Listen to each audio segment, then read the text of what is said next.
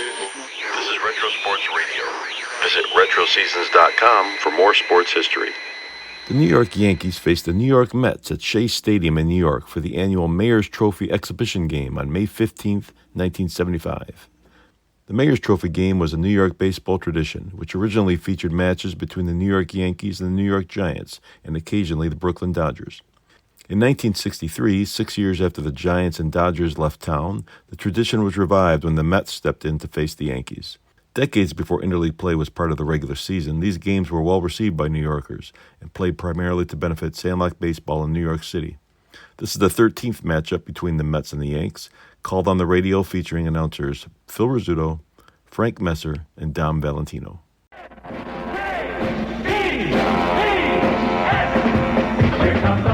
Yankees, let's get behind and cheer the Yankees. They're gonna learn to feel the. Good evening, everybody, and welcome to Shea Stadium in New York. Tonight, the 13th annual Mayor's Trophy game between the New York Yankees and the New York Mets. I'll be chatting with my pregame guest, Yankee outfielder Lou Piniella. We'll be back in a moment. Announcing the Spirit of 76 excursion fare.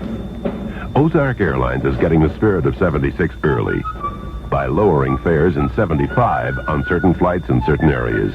The farther you fly, the more you'll save. There are some requirements, such as travel days, when tickets must be purchased, length of stay. But call your professional travel advisor or Ozark Airlines for details of Ozark's Spirit of 76 excursion fare.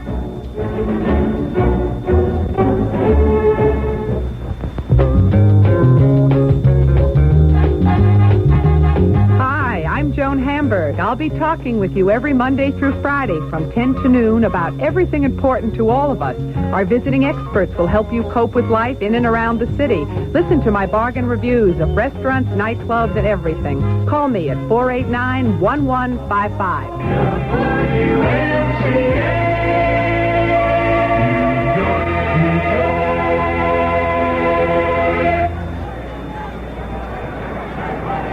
New York Yankees warm-up is Lou Piniella, the slugging outfielder of the New York Yankees. Lou, last Friday you were in Oakland, and then the ball club had you come back to New York for the dizzy spells that you were having. Exactly what happened?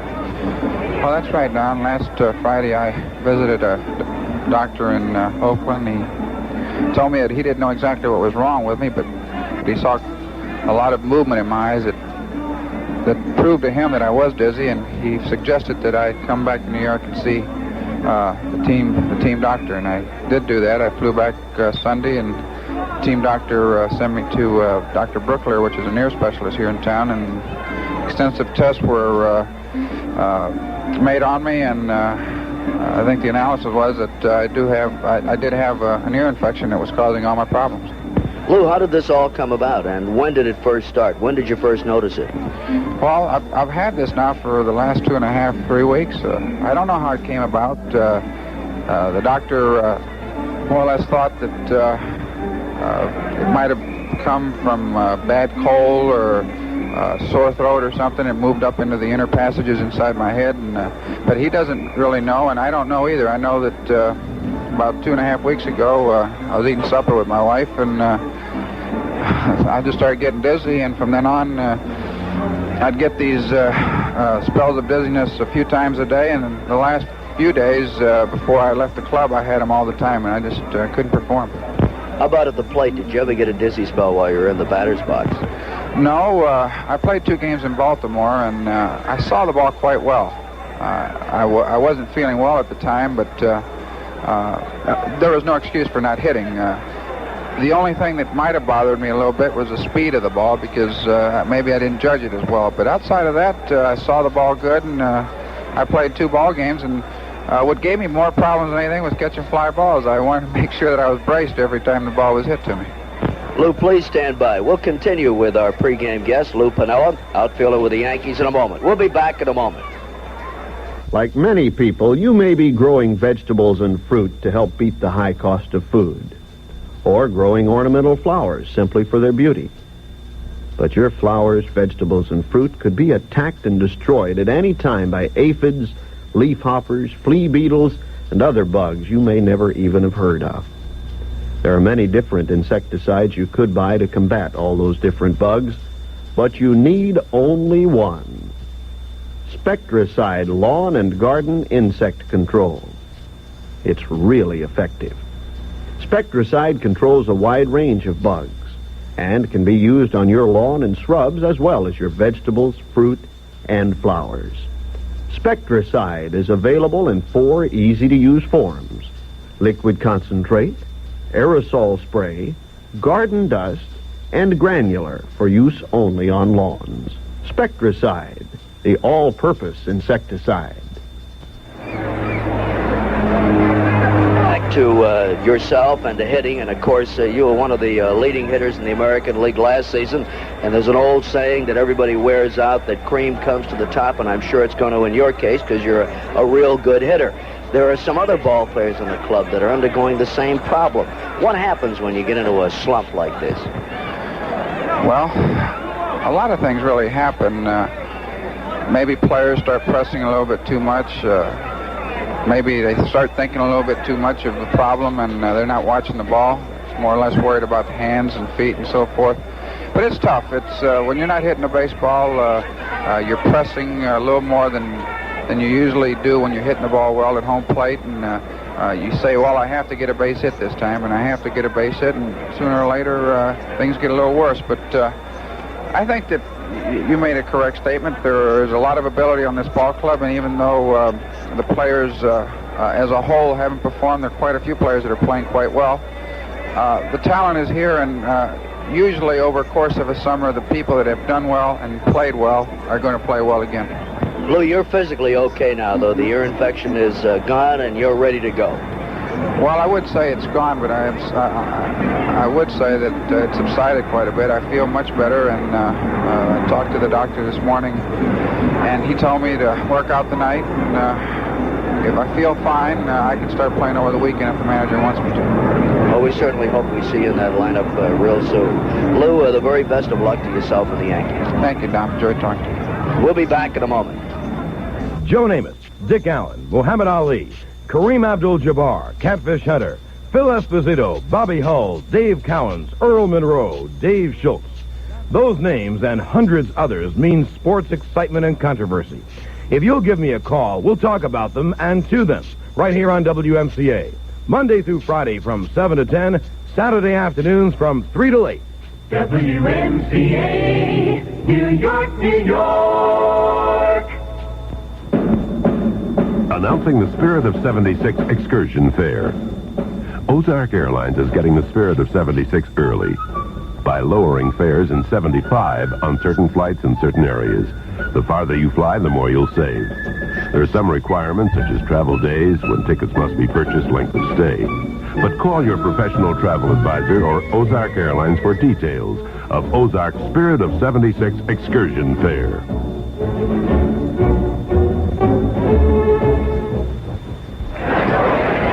The Yankees and the New York Mets here at Shea Stadium in the 13th annual Mayor's Trophy game. And tonight's game finds both teams having won 6 games. The Mets will be pitching George Stone. He has been pitching in the Mets extended spring training program in St. Petersburg, Florida. He pitched for the Mets against the United States Military Academy at West Point last Monday on May 5th and allowed 1 hit in 4 innings of pitching. He retired the last 11 batters. Since then, he's made 1 pitching appearance in Florida, pitching 1 hitless inning last Saturday before the game was called because of rain. He was placed on the disabled list on April 1st and had been on the disabled list from August the 9th of last season until the end of the 1974 season. Although the Yankees have called up Bob Johnson from Syracuse and Ken Clay from West Haven, the starter for the Yankees tonight will be Mike Wallace. Wallace does not have any record. He has 2 appearances, and he has pitched 4.1 innings of pitching, allowed 10 hits, 7 runs. All 7 have been earned. And we're going to be back very shortly with the start of the game. Stay tuned for New York Yankee baseball.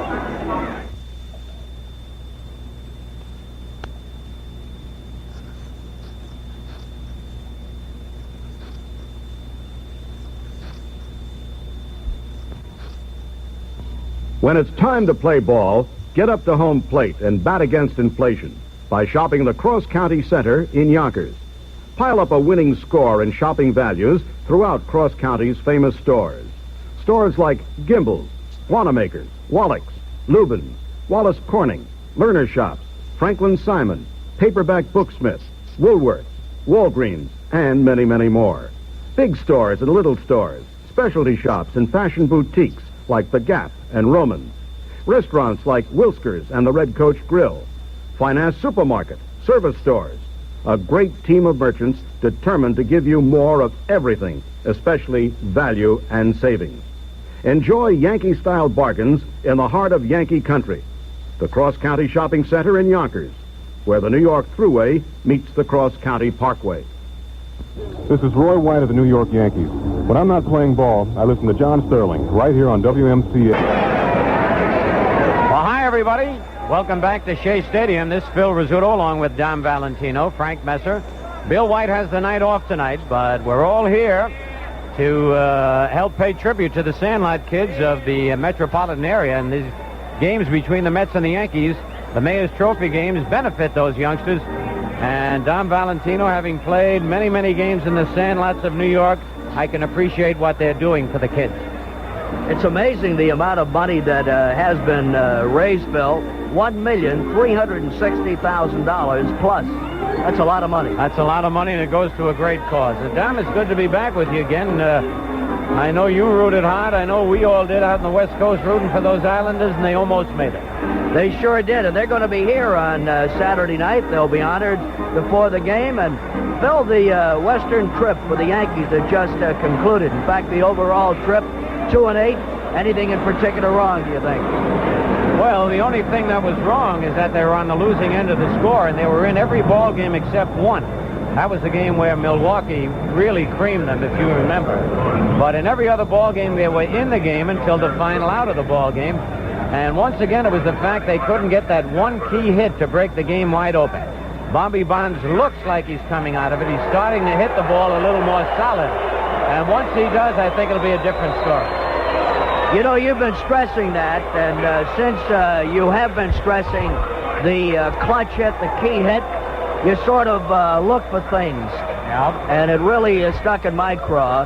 And I was going through the Oakland press guide, and I got to Sal Bando, who hit 243 last year, yet had 103 RBIs and finished second in the league. And Oakland finished second to last in hitting in the league, and yet one of the top teams at RBIs, and that must be the reason they won. Exactly right, Don. They get the big hit when they need it, and somebody different every day would do it for that club. A Reggie Jackson, a Sal Bando, Joe Rudy, Gene Tennis. And that's what they're waiting for the Yankees. And what's hurting the Yankees right now is the fact that Ronnie Bloomberg can't swing a bat. Well, that's got to hurt with his stick. Phil, here are the lineups for tonight's game. For the New York Mets, Mike Phillips will be at shortstop leading off. Felix Millan at second base, batting second. Batting third in center field, Del Unser. In right field, batting fourth, Rusty Staub. John Milner will be at first base, batting fifth. At third base, Wayne Garrett. He'll bat sixth. Dave Kingman will bat seventh and play left field. John Stearns will be behind the plate, batting eighth. And George Stone will be on the mound. For the Yankees, Roy White will lead off and play in left field. In center field, batting second, Elliot Maddox. In right field, Bobby Bonds batting third. Chris Chambliss will bat fourth, and he will be at first base. Walt Williams will be at third base, batting fifth. Rick Dempsey behind the plate, batting sixth. At shortstop, batting seventh, Jim Mason. Fred Stanley will be at second base, batting eighth, and Mike Wallace will be on the mound for the Yankees. Let's pause 15 seconds for station identification. This is the New York Yankee Baseball Network.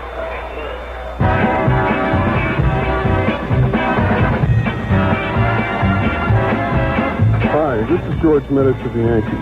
When I'm not playing ball, I listen to Bob Grant, right here on WMCA New York.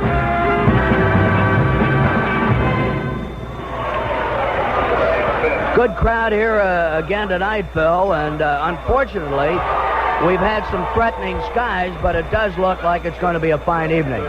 You know, Dom, I had thought this was the earliest that a Mayor's Trophy game had ever been played, but I see on May the 3rd, 1965 at Yankee Stadium, they had played one. And this is the second earliest game. They also had one on May the 10th at Shea Stadium here. And this could possibly be the smallest crowd. And I was thinking, because it was so early in the year, and with both the Yankees and the Mets not playing up to their potential right now, the interest isn't there. But they're coming in, and it could be a surprising crowd. Jim Catfish Hunter. Jim is really living up to the advanced billing, isn't he? He's really pitching. I tell you, the Yankees are very happy now that they made that investment in Catfish, because he is pitching now, especially out in Oakland, and everybody said, well, he's so used to pitching out there. And that was a funny thing, Don, because the interesting thing in the paper, interviewing the ball players for Oakland who had played with Catfish, and then interviewing Catfish to see who would have the advantage. In other words, Gene Tennis, who caught Catfish in almost all his games, struck out all 3 times against him. He said that son of a gun changed his style of pitching against me. Is that right? So Catfish, you know, is a smart pitcher as well as an excellent pitcher. And I'm sure before the year's over, it'll be between 25 and 30 wins for Hunter. That's good to hear. Of course, the 2 wins the Yankees have in the last 10 belong to Catfish Hunter. But the Yankees now have a good long homestand, and with that possibly can turn it around. Well, a lot of times when you get home, you're playing a lot better. You're on a road trip. Things are going bad. You can't wait to get back with all the loyal fans here, and they are tonight. They're just about split down the middle, Mets and Yankees, and that always makes for a lot of excitement. And look who's ambling up to home plate. Peter Lawrence Yogi Berra. And nobody's got to walk like Yogi except Henry Armetta. You remember Henry Armetta in the movie? No, you're a little too young, Doc. Too young for that, Phil. Too young. But anyway, Henry had one shoulder that dipped down and one knee that went to right field and one to left. And that's the way Yogi walks. You know, he had an amazing career when I ever looked up all the stats for Yogi. What a ball player. The greatest clutch ball player, I think, that I've ever played with or against. When I say clutch, when the chips were down and you needed a hit, or when you had to throw somebody out, Yogi would be the man to do it. It seemed like he would not play up to his best unless there was a clutch situation. I got to ask you, Phil, the youngster that came up to the booth in Milwaukee and showed you the Phil Rizzuto glove, who wouldn't take money but wanted 2 gloves autographed by Yogi Berra. Have you told Yogi yet? No, I haven't had a chance. As a matter of fact, I didn't get to see him tonight, but I'm sure going to see him before we see that kid in Milwaukee again. Because that will be something, a Phil Rizzuto catcher's glove. That's going to be a classic. Yeah, the one and only.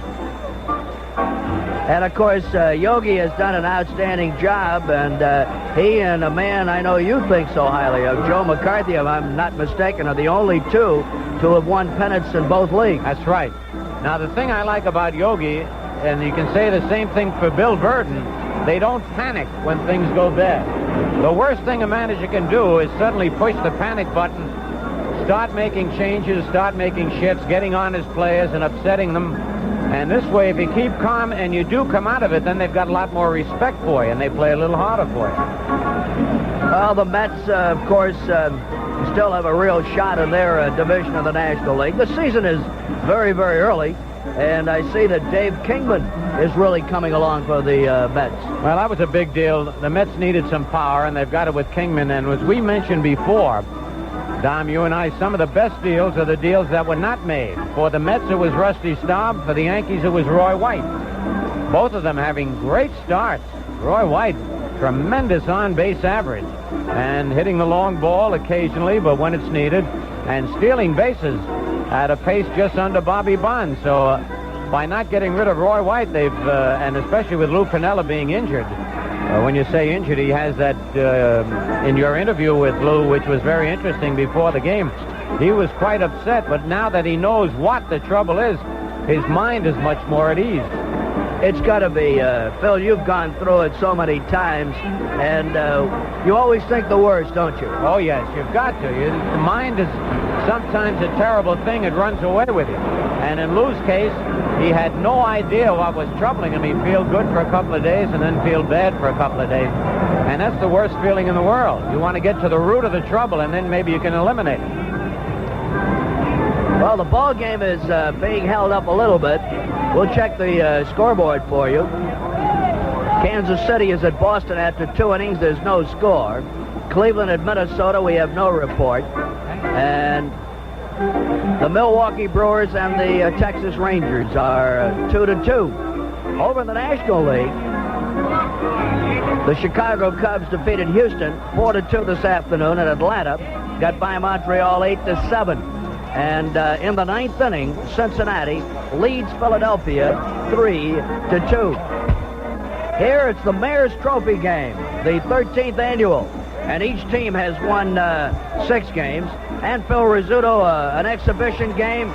I know it may not be as big as a regular season game, but the guys work hard, don't they? Oh, I want to tell you, this game means as much to both the Mets and the Yankees and to the fans of the Mets and the Yankees as any important game they'll play this year. This can continue right through the winter, the Hot Stove League, trying to decide which is the better team. And now join us for the national anthem.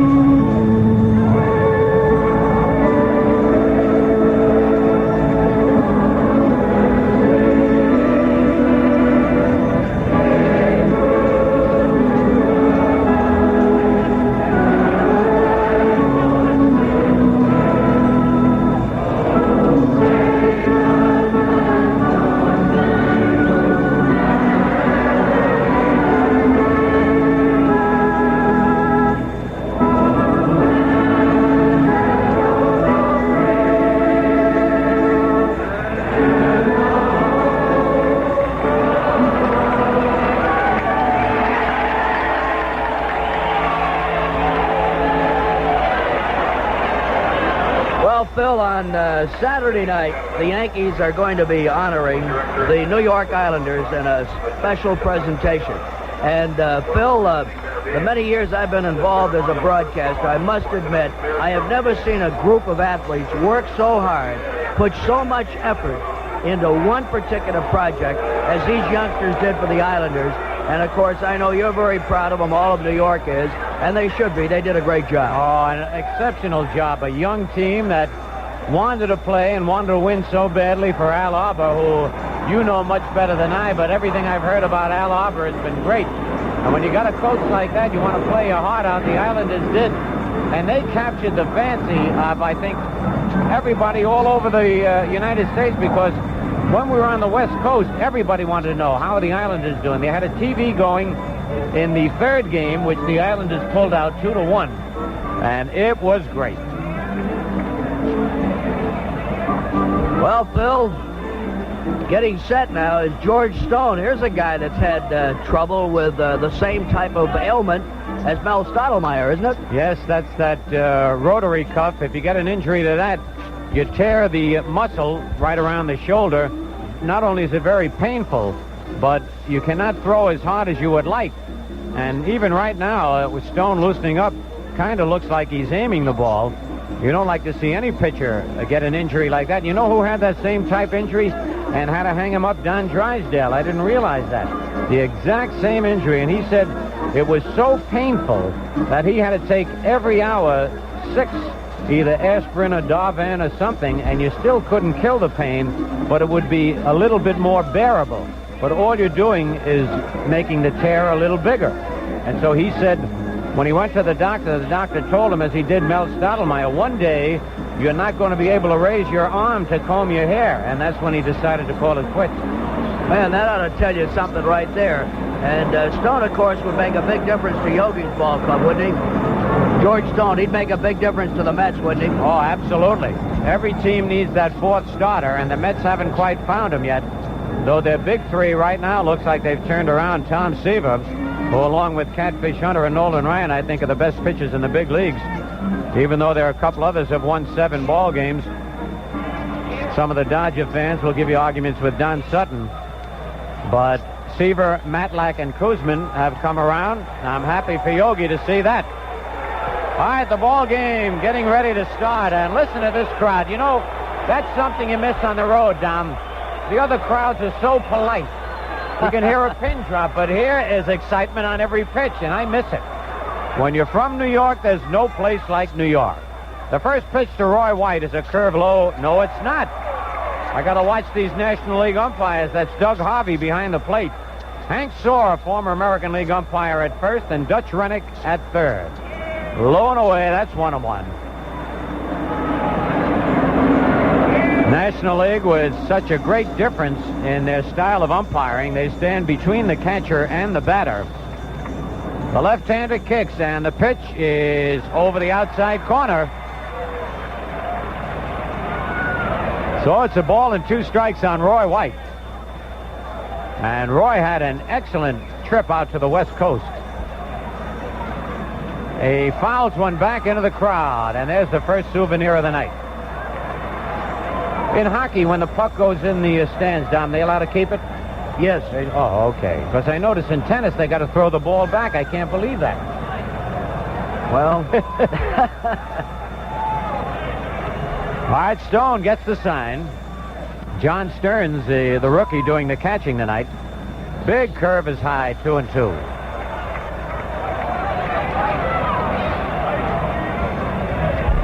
Wayne Garrett deep at third, not too far from the line.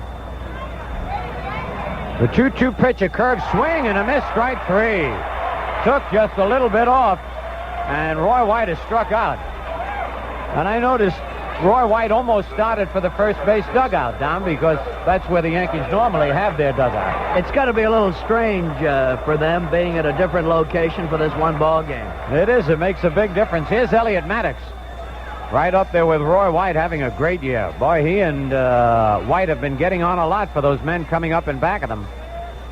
Outside, ball 1. Dick Hauser coaching at third. Elston Howard over at first. Stone winds, and the curve is high, ball 2-0. Elliott hitting .339. Roy White batting .329. And both of them have a tremendous on-base average. The 2-0 pitch, swing and a miss, 2-1.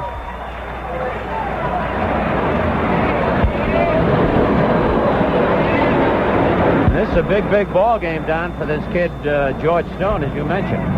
This is a real showcase for him tonight. Yep.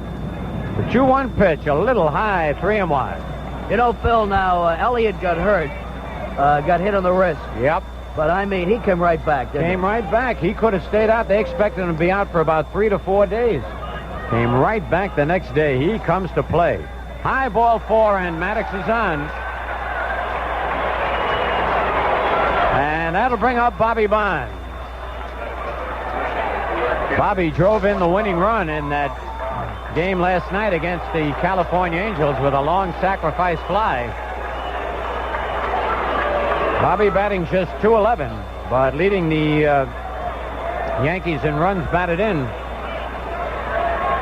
with 20. Thurman Munson has 19. He's going to be all right, Phil, I'm telling you. I know you've been telling me that, Dom, and I appreciate it because I like to be comforted. The pitch to Bonds, swing and a miss, strike 1. And you know, Phil, I was going through the baseball guide.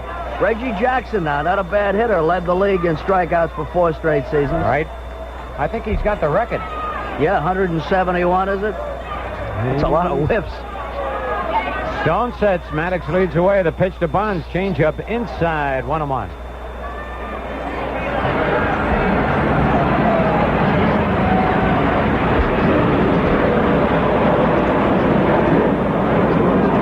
Holding the bag. Ground ball is short. Perfect double play ball. Phillips to Mian. Back to first. Oh, no. Woo-hoo. I forgot about the speed of Bobby Bonds. Man, can he fly? He really takes off. And that made the difference. And Bobby on at first. I tell you, I said perfect double play ball. And if there ever was one, that was it. He hit a bullet one hopper to the shortstop, Mike Phillips, who got rid of the ball, and Mian, a great pivot man, got rid of it in a hurry. But Bonds easily beat his throw to first. And it brings up Chris Chambliss. 2 out, Bonds at first. Curve is a little high, ball 1. Chambliss hitting .272 on the year. Has 6 doubles and a triple, no homers. 2 men are out, no score. A fly ball to center field. Moving back is Deluncer. He's there and has it. For the Yankees, no runs, no hits, no errors, a man left. And in the middle of the first, the Yankees nothing, and the Mets coming to bat.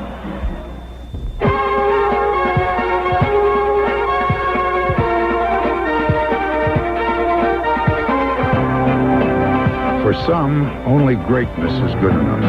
They dream bigger, set their sights higher, and work a lot harder. The brewers of Schaefer Beer have worked their dream since 1842, perfecting a beer with a rare quality of flavor that never fades. Schaefer is the one beer to have when you're having more than one. More than one. Schaefer pleasure doesn't fade even when your thirst is done. Today, among America's great premium lagers, the one that came first is still the one. The one that always delivers. The one that comes through glass after glass. Schaefer is the one beer to have when you're having more than one.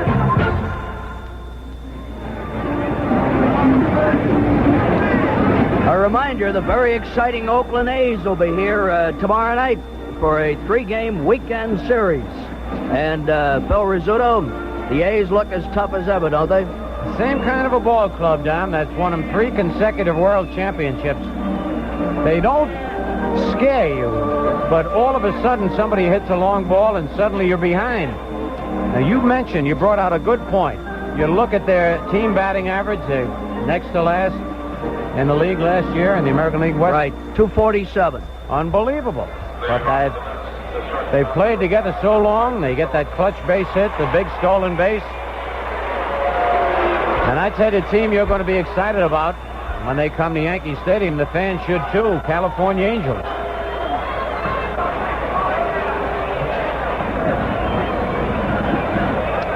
All right, Mike Phillips, youngster acquired from San Francisco. Ground ball, nice play by Chambliss. Picks it up and throws it over the head of Wallace. Wallace was late covering, and what a play by Chambliss. He tried to lead Wallace, but threw it over his head. That'll be a base hit. The first pitch thrown by Mike Wallace. And Chambliss dove to his right, got his glove on it, knocked it down. They almost got him. So, as Dom, you mentioned, this might be an exhibition game, and they're playing that way. They sure aren't. You got to put a big star next to that one, Phil. We'll have to put him in contention. You can't quite do it because they didn't make the play. Right. Right.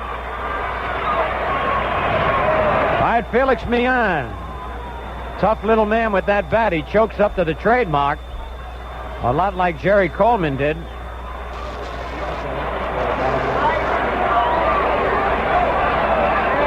Chris Chambliss holds the bag against Mike Phillips. Pitch by Wallace is right down the middle, strike call. Felix Millan batting .233. Has 8 doubles, a triple, and a homer on the year. Excellent hit and run man, good bunter. Little Walt Williams even with the bag at third. Phillips leads away. Pitch by Wallace is foul to the left of the plate, strike 2. Remember Walt Williams telling us, Don, that he broke in as a third baseman? You had asked him if what position was he thought that he was most comfortable at. I remember that, and he says third base is what I broke in on. So we're getting a chance to see him. There's no doubt he's got the quickness. Chambliss holds the bag against Phillips. On deck, Deluncer. Wallace to the belt. The kick and the pitch fouled off the plate, bounced up and hit Millan on the arm. You know what always intrigues me is when a punch hitter like Millan that doesn't hit the long ball, the outfield seems to be close, the infield seems to be back, and you wonder how he's going to get the ball in there for a hit, but he doesn't. That's right. It's very difficult, but when you're hitting the ball hard, and he's got to hit the ball solid with a little bit of bat he's got left after choking way up.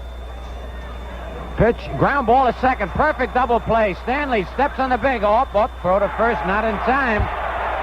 Stanley delayed that fraction of a second by not flipping to Mason, and it allowed Millan to beat his throw to first base. Stanley was not as close to second as he thought. So, forced at second base, Mike Phillips. Safe on the fielder's choice, Felix Millan. And now Del Unser. Bill, the standard to go by, if you can, you try to throw rather than take it yourself. The only time if the shortstop's coming and moving towards the bag. But that time Stanley was moving away from the play and then had to throw back. Unser takes a pitch high, ball one. But Stanley has been playing shortstop and doing a great job. He made some outstanding plays in Oakland and in California. Whenever you move from the left side of the infield to the right side of the infield, it becomes strange. Throw to first base, almost a balk, but he got away with it.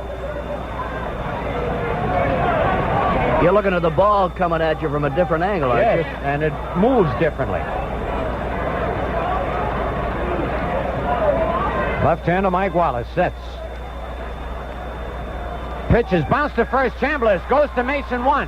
Back to first base. Safe at first base. Again, they just missed the double play.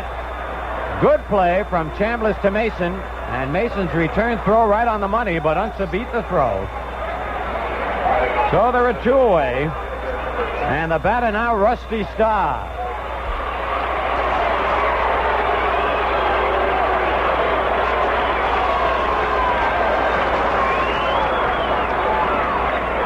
Pretty good credentials there, Dominic. 23 hits and 21 runs batted in. He can swing that bat. Strike one.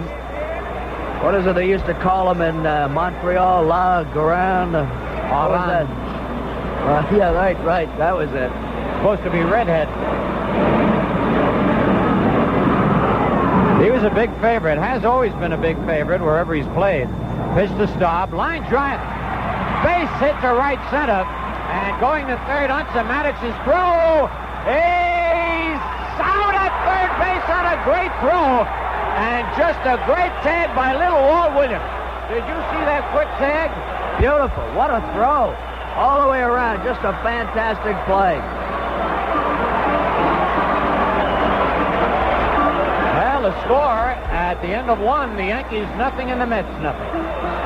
Turn mealtime at a polio time with creamy smooth polio ricotta and easy to slice, quick to melt polio mozzarella. They've been New York's favorites for over 75 years. But you've only just begun to know polio, because now you can liven up your favorite pizza or antipasto with polio pepperoni, polio anchovies, polio mushrooms, as well as polio sweet sliced red and green peppers. Or how about adding polio black olives to that antipasto or to that special tossed green salad? Served with warm Italian bread and creamy polio butter. Now more than ever, polio has all you need to put real Italian food on your table. Well, you live and learn. I knew AMCO does millions of American cars, but I never knew they worked on foreign cars, too. If I only owned a Toyota. You're gonna be surprised, but don't be surprised by the nice little extras at AMCO. They've serviced 4 million transmissions. They do things right. AMCO, AA, MCO. If you have or suspect transmission trouble, take your car to one of the AMCO transmission centers in the greater New York area. Their famous 19-point multi-check is free. They do things right.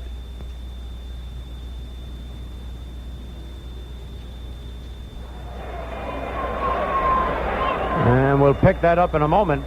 I don't want to sound too brilliant, but as soon as he turns around, Phil, we'll get it. Number 12. 12. All right, now we find out who number 12 is. You got a scorecard, Doc? We're really getting down to the basics. It is Jack Heidemann. Now, Heidemann normally is shortstop.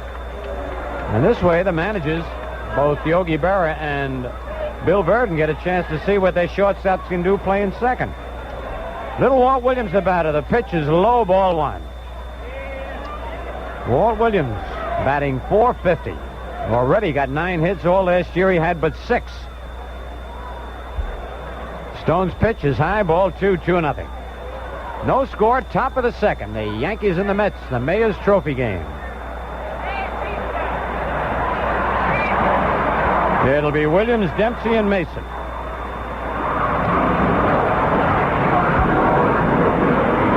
Stone's pitch is low, ball 3. Williams taking all the way.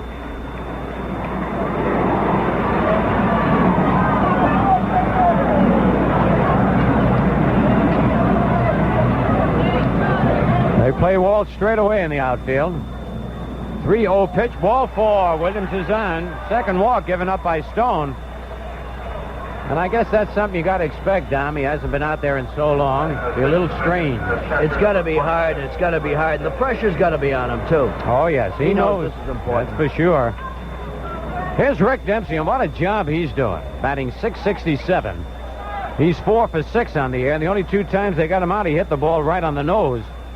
Used mostly as a pinch hitter. Pitch to Dempsey is a curve, low, ball 1. Good receiver, isn't he, Phil? Yes, he is. Got a great throwing arm, although Munson put on some show against the Angels. Well, of course, he's great anyway. Everybody knows it's tough to be in back of an all-star, isn't it? Yep. Stone kicks and delivers. It's high outside, ball 2-0.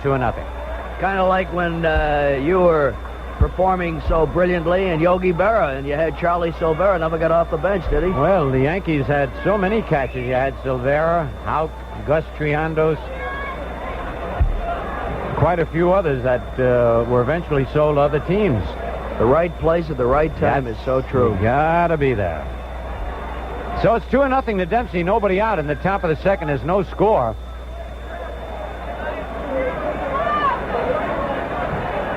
Stone sets.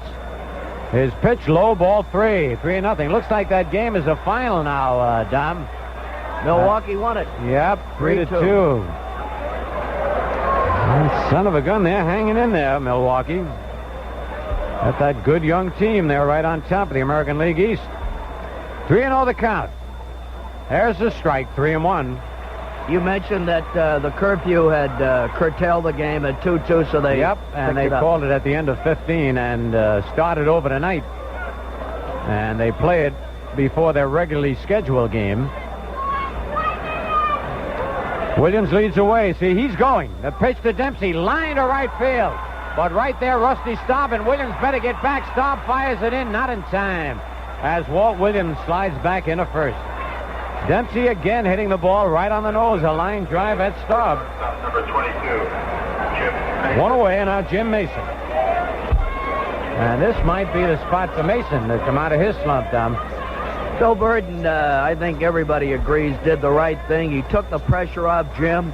You know, Bill has got a great affinity to the entire situation. I think that was a great move, and this will relax Mason a little bit. It'll all relax him and also make him like a tiger when he does eventually get back in the starting lineup.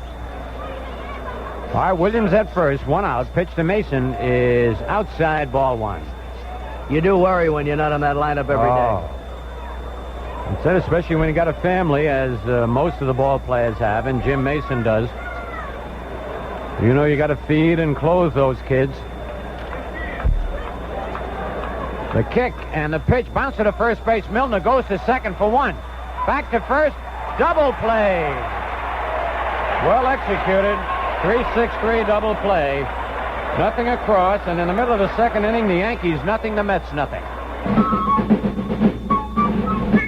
On July 1st, 1974, after years of selling only one kind of gasoline, premium, the Getty Oil Company introduced a new gasoline, Getty No-Lead, the kind of gasoline most 1971 through 1974 cars can run on, and most 1975 cars have to run on. Like most oil companies, we at Getty expected our No-Lead to account for only 5 to 10% of our sales. But we had a surprise. We're selling twice as much Getty No-Lead as we thought. Maybe it's because Getty No-Lead is a little bit better than a No-Lead has to be. So it gave people the kind of performance they wanted, and they gave us their business. Remember, don't waste gasoline. But when you do drive, fill up with Getty. Premium or No-Lead. Getty. we've got what's best for your car.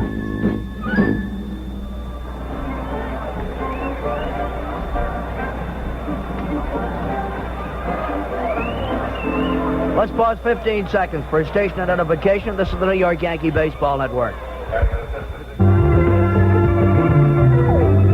This is WMCA New York. The Sex Information Service is open right now. Call them for advice at 586-6666. All right, John Milner leads it off for the Mets in the bottom of the second. Wallace's pitch, swing and a miss. Strike one. He tried to check it, couldn't do it. Milner hitting .217 now. He has 4 doubles, 3 homers, and 11 runs batted in. Milner, Staub, Kingman, and Joe Torre got to supply the power for this club. That pitch is inside. 1-1.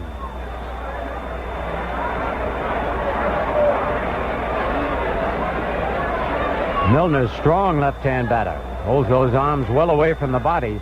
Swings and misses. Strike two. Good slider by Mike Wallace. Fred Stanley is about 2 steps back on the outfield grass at second base. And the outfield around towards right and deep. Talk about nonchalance. Look at Maddox out there, Tom. Got his legs crossed. Now he's ready, though. And it's outside. 2-2. Boy, has he developed and developed. He's really an excellent center fielder. Unbelievable. All players have different ways of relaxing just before the pitch, and it's interesting to watch them. Line drive, base hit to right field. Between first and second, Bobby Bonds up with it. That's the third base hit for the Mets.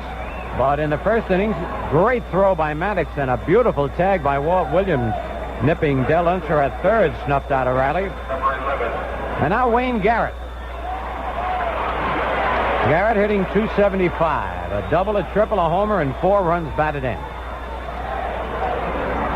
Pitch to Garrett, bouncer foul outside of first.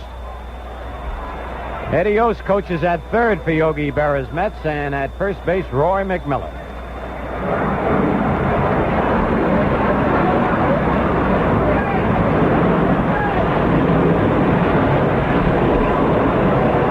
Nobody out, no score. Wallace kicks, delivers. Line drive, base hit to... No, Bonds in, he's got it. Easy double play. Holy cow. Bobby Bonds got a shoestringer on another ball hit like a bullet. And Milner and I thought it was a base hit, but Dominic Valentino didn't tell him, Dom. Not when Bonds is out there. You notice how easy he made that look? I'm going to sound like his agent, but I just think he's such a great athlete with that great speed. You notice the throw right on the money, right after the catch. I'm going to have to hold up more. I couldn't believe he'd get to that one. Just like the other night, I didn't think North was going to make that catch in center field. All right, here's big Dave Kingman. And the Mets have been rocking that ball. The first pitch is a strike.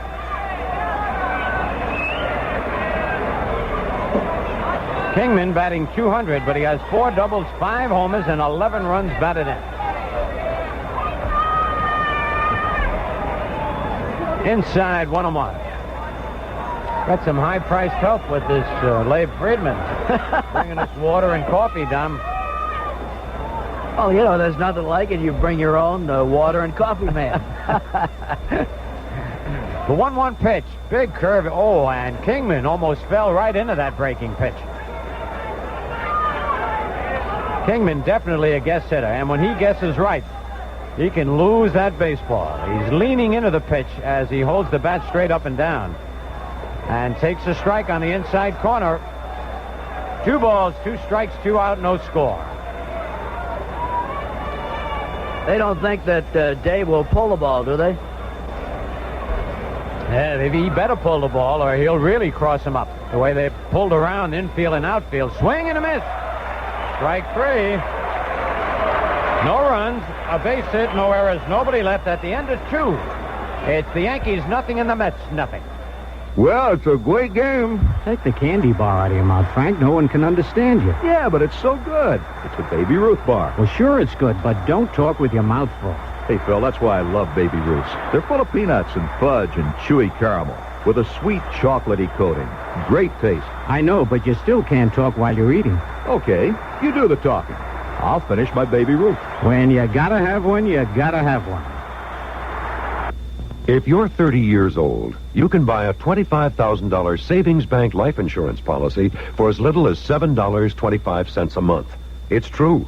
Low-cost SBLI's 5-year renewable term plan gives your family full protection at really low cost. Other popular plans at comparably low rates are available. To save money on life insurance, see the SBLI specialist at a nearby savings bank. SBLI leaves you more money for a living.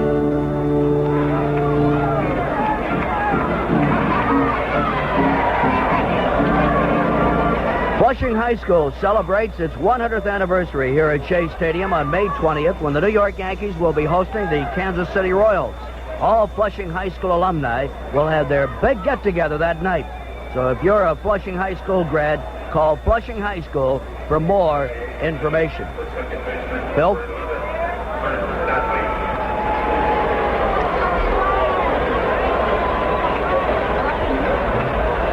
All right, Fred Stanley will lead it off, and we see on deck Thurman Munson, who will bat for Mike Wallace. Remember, we're playing National League rules tonight.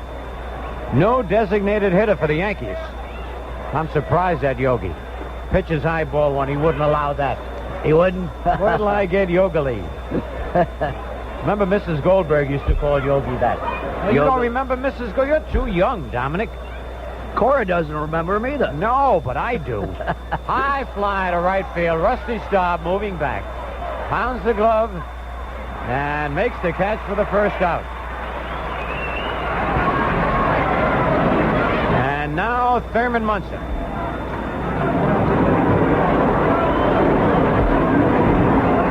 What a year he's having. Batting .391, 43 hits, 2 doubles, a triple, 2 homers, 19 runs batted in.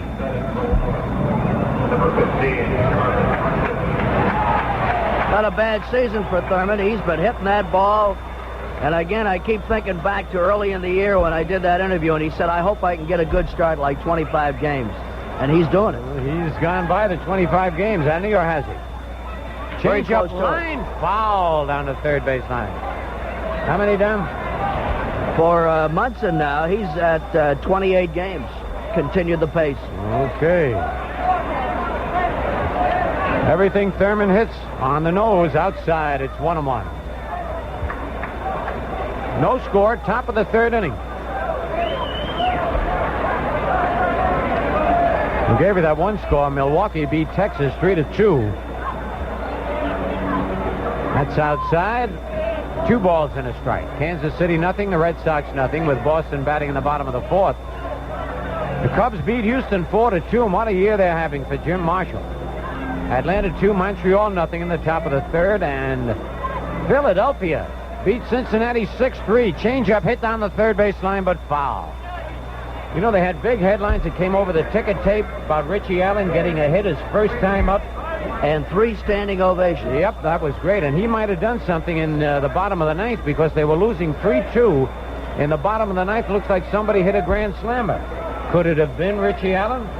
I don't see why not. The 2-2 pitch struck him out. Munson went for a bad pitch.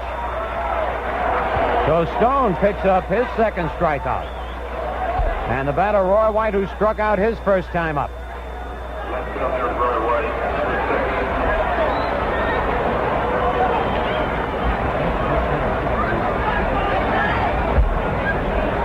Stone winds, and the pitch is low and outside, ball 1.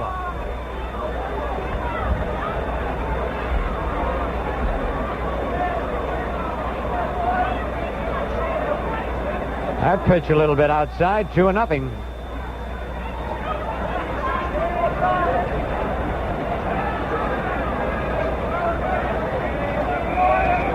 George Stone kicks, delivers. It's on the outside corner. 2 balls and a strike.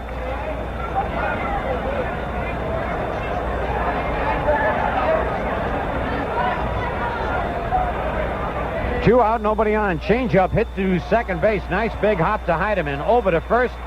And the Yankees are retired in order. Nothing across in the middle of the 3rd. Yankees nothing and the Mets nothing.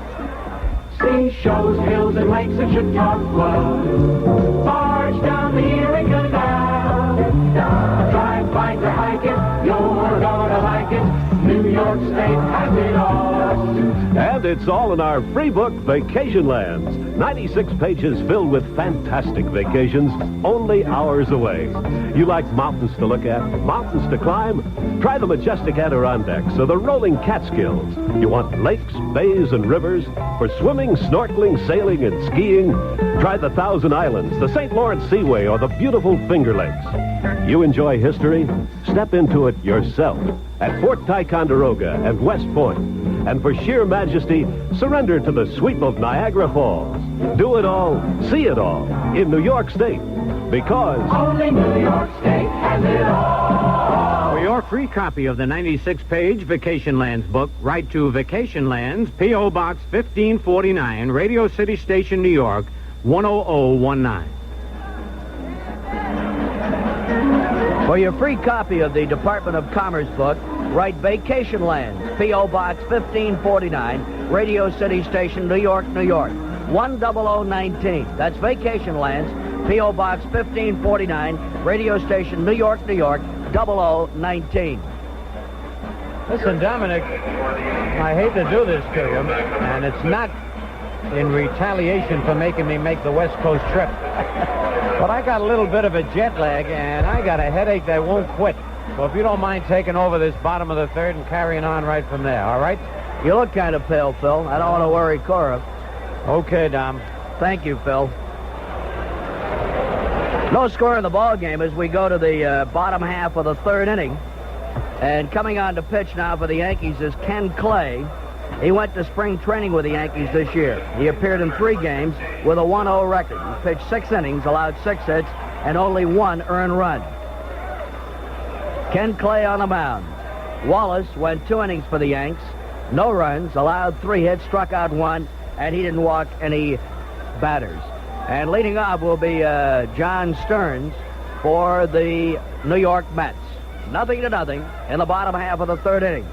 The Yankees battling the Mets in the 13th annual Mayor's Trophy game. John Stearns, outstanding athlete out of Colorado. The pitch to Stearns is a called strike. The outfield is straight away and deep for Stearns. We're in the bottom half of the third inning, 0-0. Into the windup is Ken Clay. The pitch, breaking pitch, grounded to short. Mason on the second hop, throws him out. 1 man up and 1 man down in the bottom half of the third inning. Stearns was up for his first time. Coming into the game in the regular season, hitting at .217. And George Stone, who has pitched extremely well for the Mets, steps in. On deck is Mike Phillips. Stone bats as he pitches, left-handed. The outfield is at medium depth. They play Stone straight away.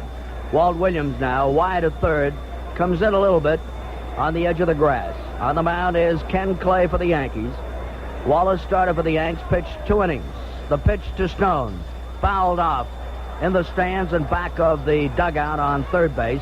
And tonight, for the only game of the season, the Yankees dugout. They, of course, during the regular season, are at first base, as are the Mets. The pitch, and Stone takes it high and outside for ball 1. Count is evened up at a ball and a strike. Milwaukee has defeated Texas 3-2. The pitch is high, ball 2. No score in Boston at Fenway Park between Kansas City and the Red Sox. On the mound is Ken Clay.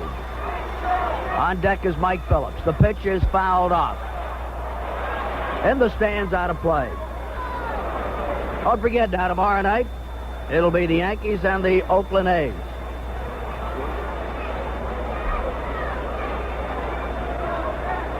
Stone, a left-handed hitter. Digs in. On the mound, Ken Clay. The 1-2 pitch, and it is high, ball 2. 2 balls, 2 strikes. The Yanks and the Mets, the 13th annual Mayor's Trophy game. The 2-2 pitch by Clay. Stone swings and misses. And that is the first strikeout of the ball game for Clay.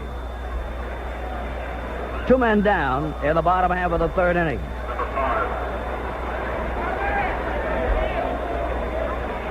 And sitting in now with us, all tanned up, back from that trip to Florida, is Frank Messer.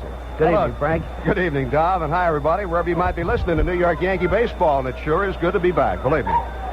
The pitch to Mike Phillips is high and outside for a ball. I tell you, you really did get a good tan, huh? I tell you, I got that fishing in Chesapeake Bay yesterday. The pitch is a called strike. Knee-high fastball that picked up the inside corner. Count's evened up with a ball and a strike on Mike Phillips. Felix Millan is on deck. 0-0. Mayor's Trophy game, bottom of the third. The pitch is lined to right center field. Maddox going back, gets in front of it, and then has to pick it off his shoe tops, and he does. A great catch by Elliot Maddox. And the Mets are retired in order in the bottom half of the third inning with no runs, no hits, no errors, nobody left on base. At the end of 3 full innings of play, it is 0-0.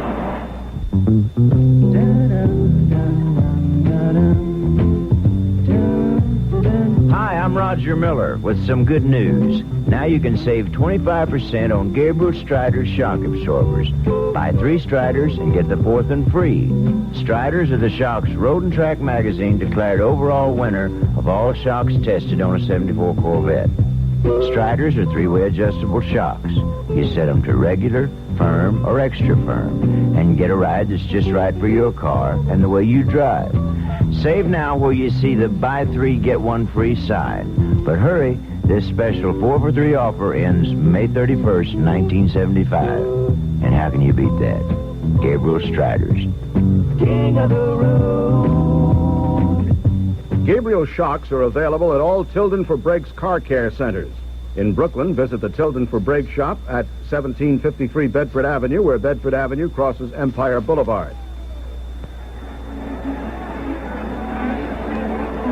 Well, Dom, I'm back and glad to be back, and I know the Yankees are glad to be back at Shea Stadium, and they'll open a series tomorrow night here with the Oakland A's.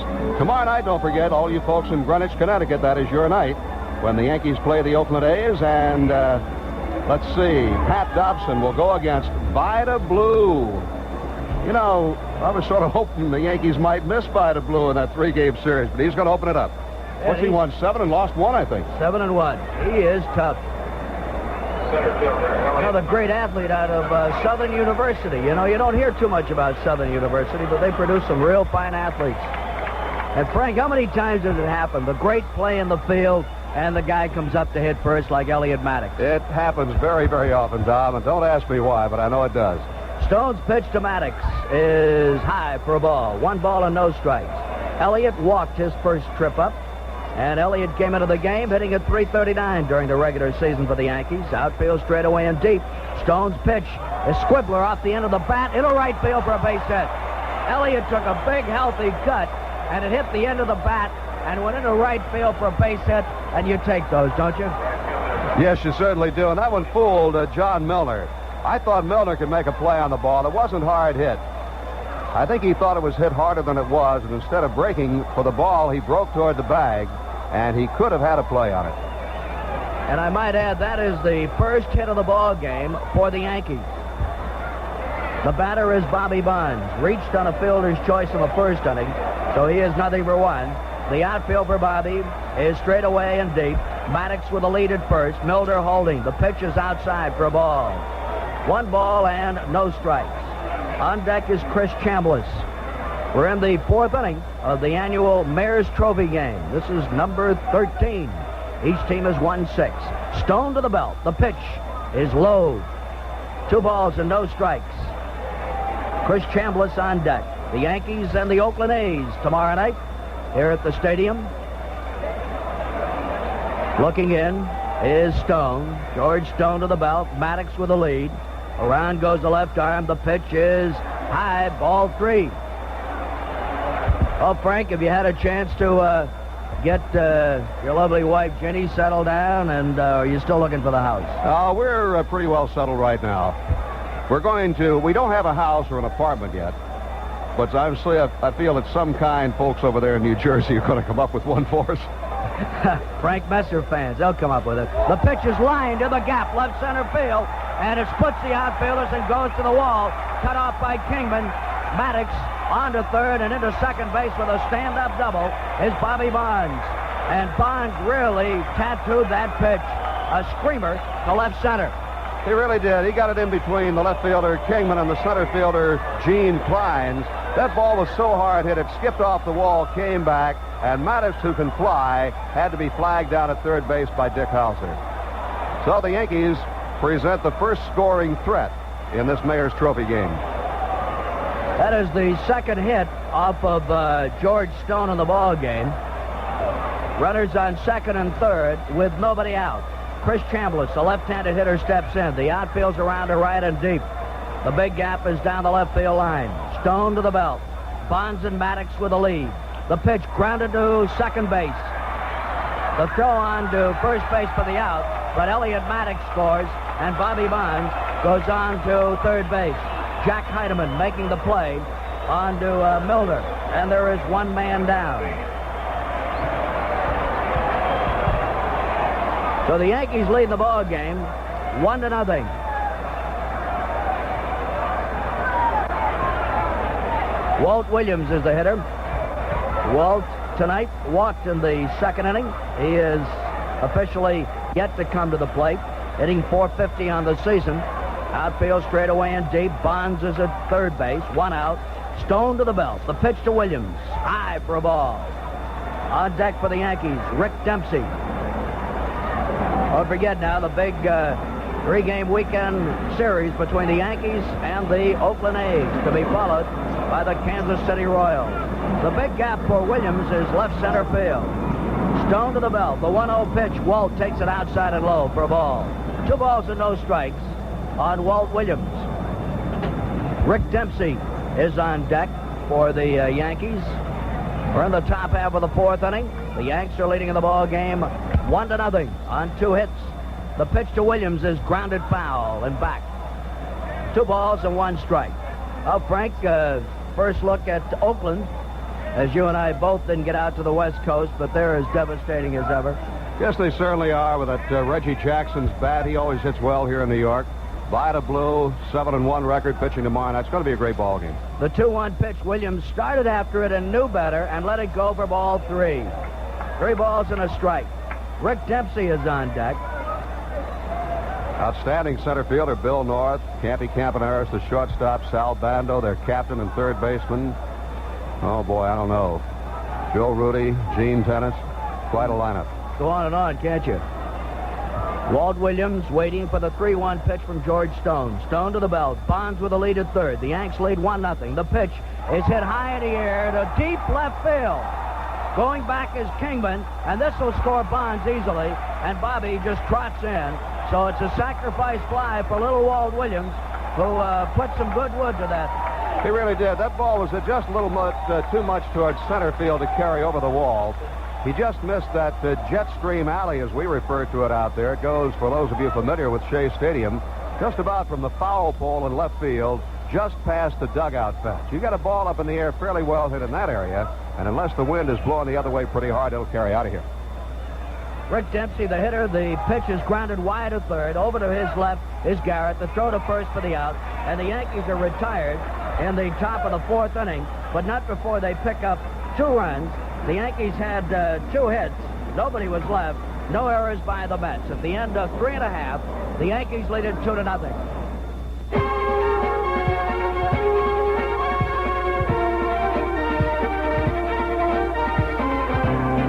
When you are the one, you are the one to count on. Since 1842, Schaefer has always been the one to count on. Schaefer has the rare quality of flavor that never fades, glass after glass. Schaefer is the one that always delivers. Schaefer is the one beer to have when you're having more than one. More than one. Schaefer pleasure doesn't fade even when your thirst is done. Today, among America's great premium lagers, the one that came first is still the one. Schaefer, the one that comes through beer after beer. Schaefer is the one beer to have when you're having more than one.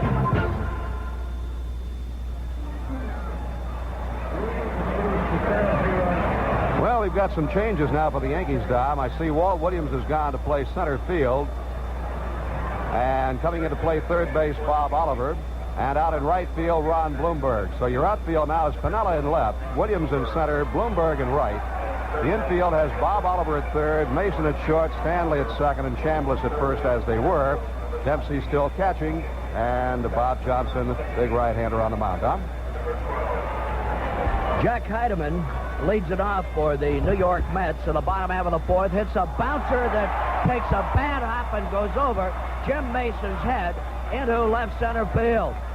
A bad hop that will go, no doubt, as a base hit for Heidemann. And the Mets will have the leadoff hitter on.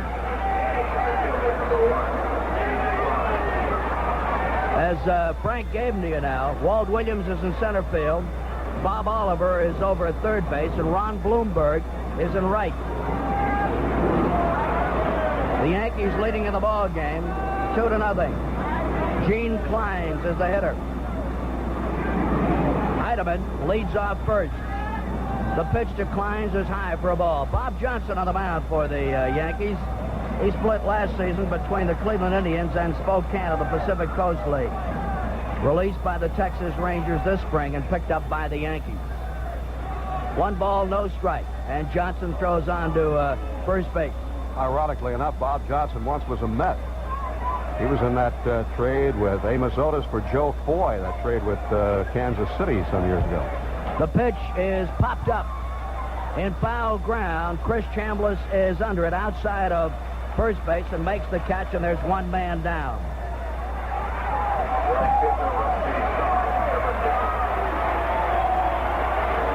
Rusty Staub, the hitter.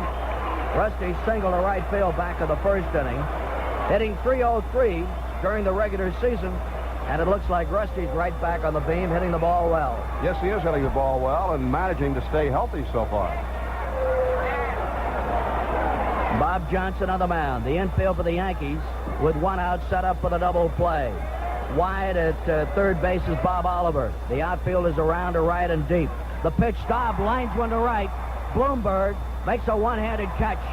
Practically hit right at him, and there's 2 men down.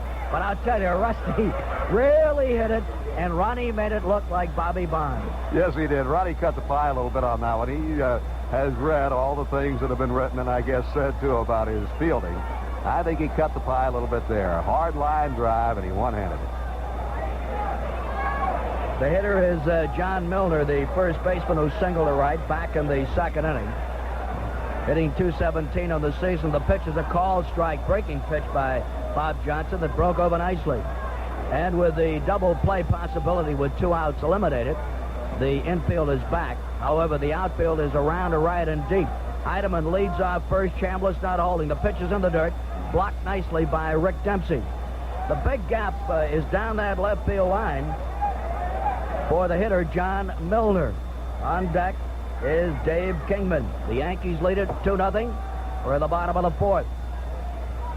Bob Johnson goes to the belt. Heidemann with a lead at first. The pitch by Johnson is too close. Spun away from that.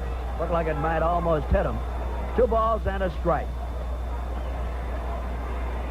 You know, watching Bob Johnson, this is the first time I've seen him with a man on, but it looks like he's picked up that Louis Tion type of stretch. He comes down and look at that. See him set about 3 times. The pitch is popped up in short stop area. Mason under it, and he makes the grab for the out. And the Mets are retired on the bottom of the fourth with no runs. There was 1 hit, no errors, a runner left. At the end of 4 full innings of play, the Yankees have 2 runs, 2 hits, no errors. The Mets, no runs, 4 hits, no errors. If anybody says you can't beat inflation, tell them to go to Dodge. Waiting at the Dodge Boys now. $200 more in rebates on a new Dart, tradesman van, or light-duty carry van.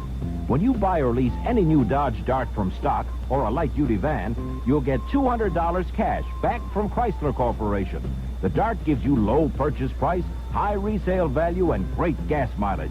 The tradesman maxi van is the biggest in the business. All you do is make your best deal at the Dodge Boys on a new Dart or Dodge van. You'll get $200 cash back. But hurry, it's a limited time offer for retail customers only. one to a customer at participating Dodge dealers. So if anybody says you can't beat inflation, Just tell them you know where they should go. Tell them to go to Dodge. See your local participating Dodge dealer today.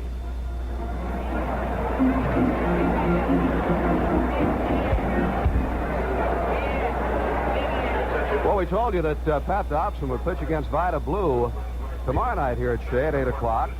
Then on Saturday night, it'll be Doc Medich against Kenny Holtzman. And the Yankees on Saturday night will honor the New York Islanders in a special ceremony before the game. The entire Islander team will be present, and a presentation will be made from the Yankees. And Don Valentino, since you were connected with the Islanders on their radio broadcast this year, I understand you're going to be down on the field to greet them. Yes, I am, Frank, and I'm looking forward to it. Jesus Alou has gone to right field for Rusty Staub. He'll bat in Staub's place, fourth in the order. The pitch is outside for a ball to Jim Mason. Mason up for his second time, hit into a double play back in the second inning. Stone still on the mound for the Mets. The pitch is grounded down the first baseline. Fair ball. Bobble picked up. Throw to Stone is in time. Milner recovered just in time on a close play. Let's pause 15 seconds for station identification. This is the New York Yankee Baseball Network. This is WMCA New York. Hello there, everybody. This is Mel Allen. If your air freight company takes your small packages lightly, call Emery, the shortest distance between 2 points. Fred Stanley steps in the batter's box. The pitch to Stanley is down low for a ball. 1 ball and no strikes. George Stone on the mound for the Mets. He's been there from the opening pitch. The pitch by Stone is fouled off and back. The count now is evened up at a ball and a strike. Stanley flied to right field back in the third inning, so he is 0-for-1. The outfield plays Stanley to hit to right. Alou over towards the line and right. The center fielder climbs in right center. Big gap left center field. The pitch is hit high and deep to left field. Back goes Kingman to the warning track and makes the catch, and there's 2 men down. The Yankees leading in the ball game 2-0 here in the top half of the 5th inning with 2 men down. Bob Johnson, the batter. He's up for his first time. And although he throws right, he hits left. So he'll be hitting left against the left-handed pitching of George Stone. The pitch by Stone, and Johnson swings and hits a blooper to center field, coming on fast, and one-handed shoestring catch by Gene Klein. And the Yankees are retired with no runs, no hits, nobody left on base, no errors by the Mets. At the end of 4 1/2, the Yankees lead it 2-0.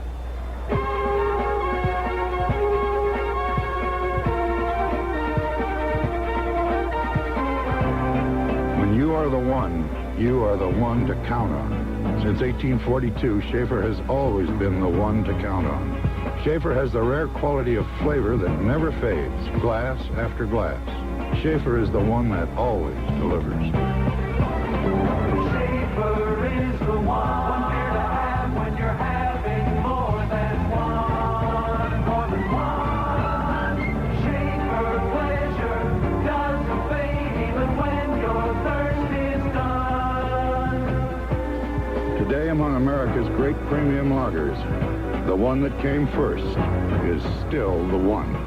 Schaefer, the one that comes through beer after beer. Schaefer is the one beer to have when you're having more than one.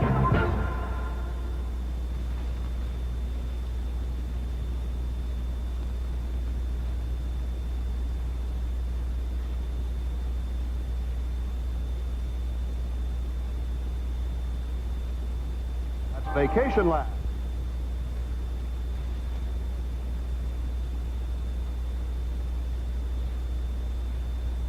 Okay, Wayne Don. Garrett.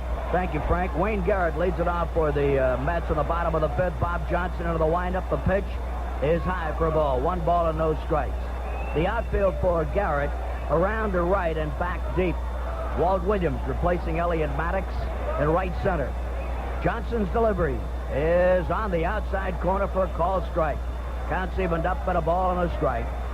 The big gap for Garrett down the left field line and left center field. Yanks leading 2-0. Pitches line foul down that first base line. 1 ball and 2 strikes. Wide at third base is Bob Oliver. Mason, the shortstop, over towards the bag. And Fred Stanley is in the hole on the right side of the infield. Eddie Yost coaching at third. Roy McMillan at first. The pitch is way outside. Looked like it got away from Bob Johnson. Counts evened up at 2 balls and 2 strikes. Bill White with the night off tonight. And Bill will be back with Frank and Phil tomorrow night. Yanks and the A's. The pitch, high, ball 3. 3 balls and 2 strikes to Wayne Garrett. Bob Johnson replacing Mike Wallace, who started the ball game and pitched the first 2 innings of the game.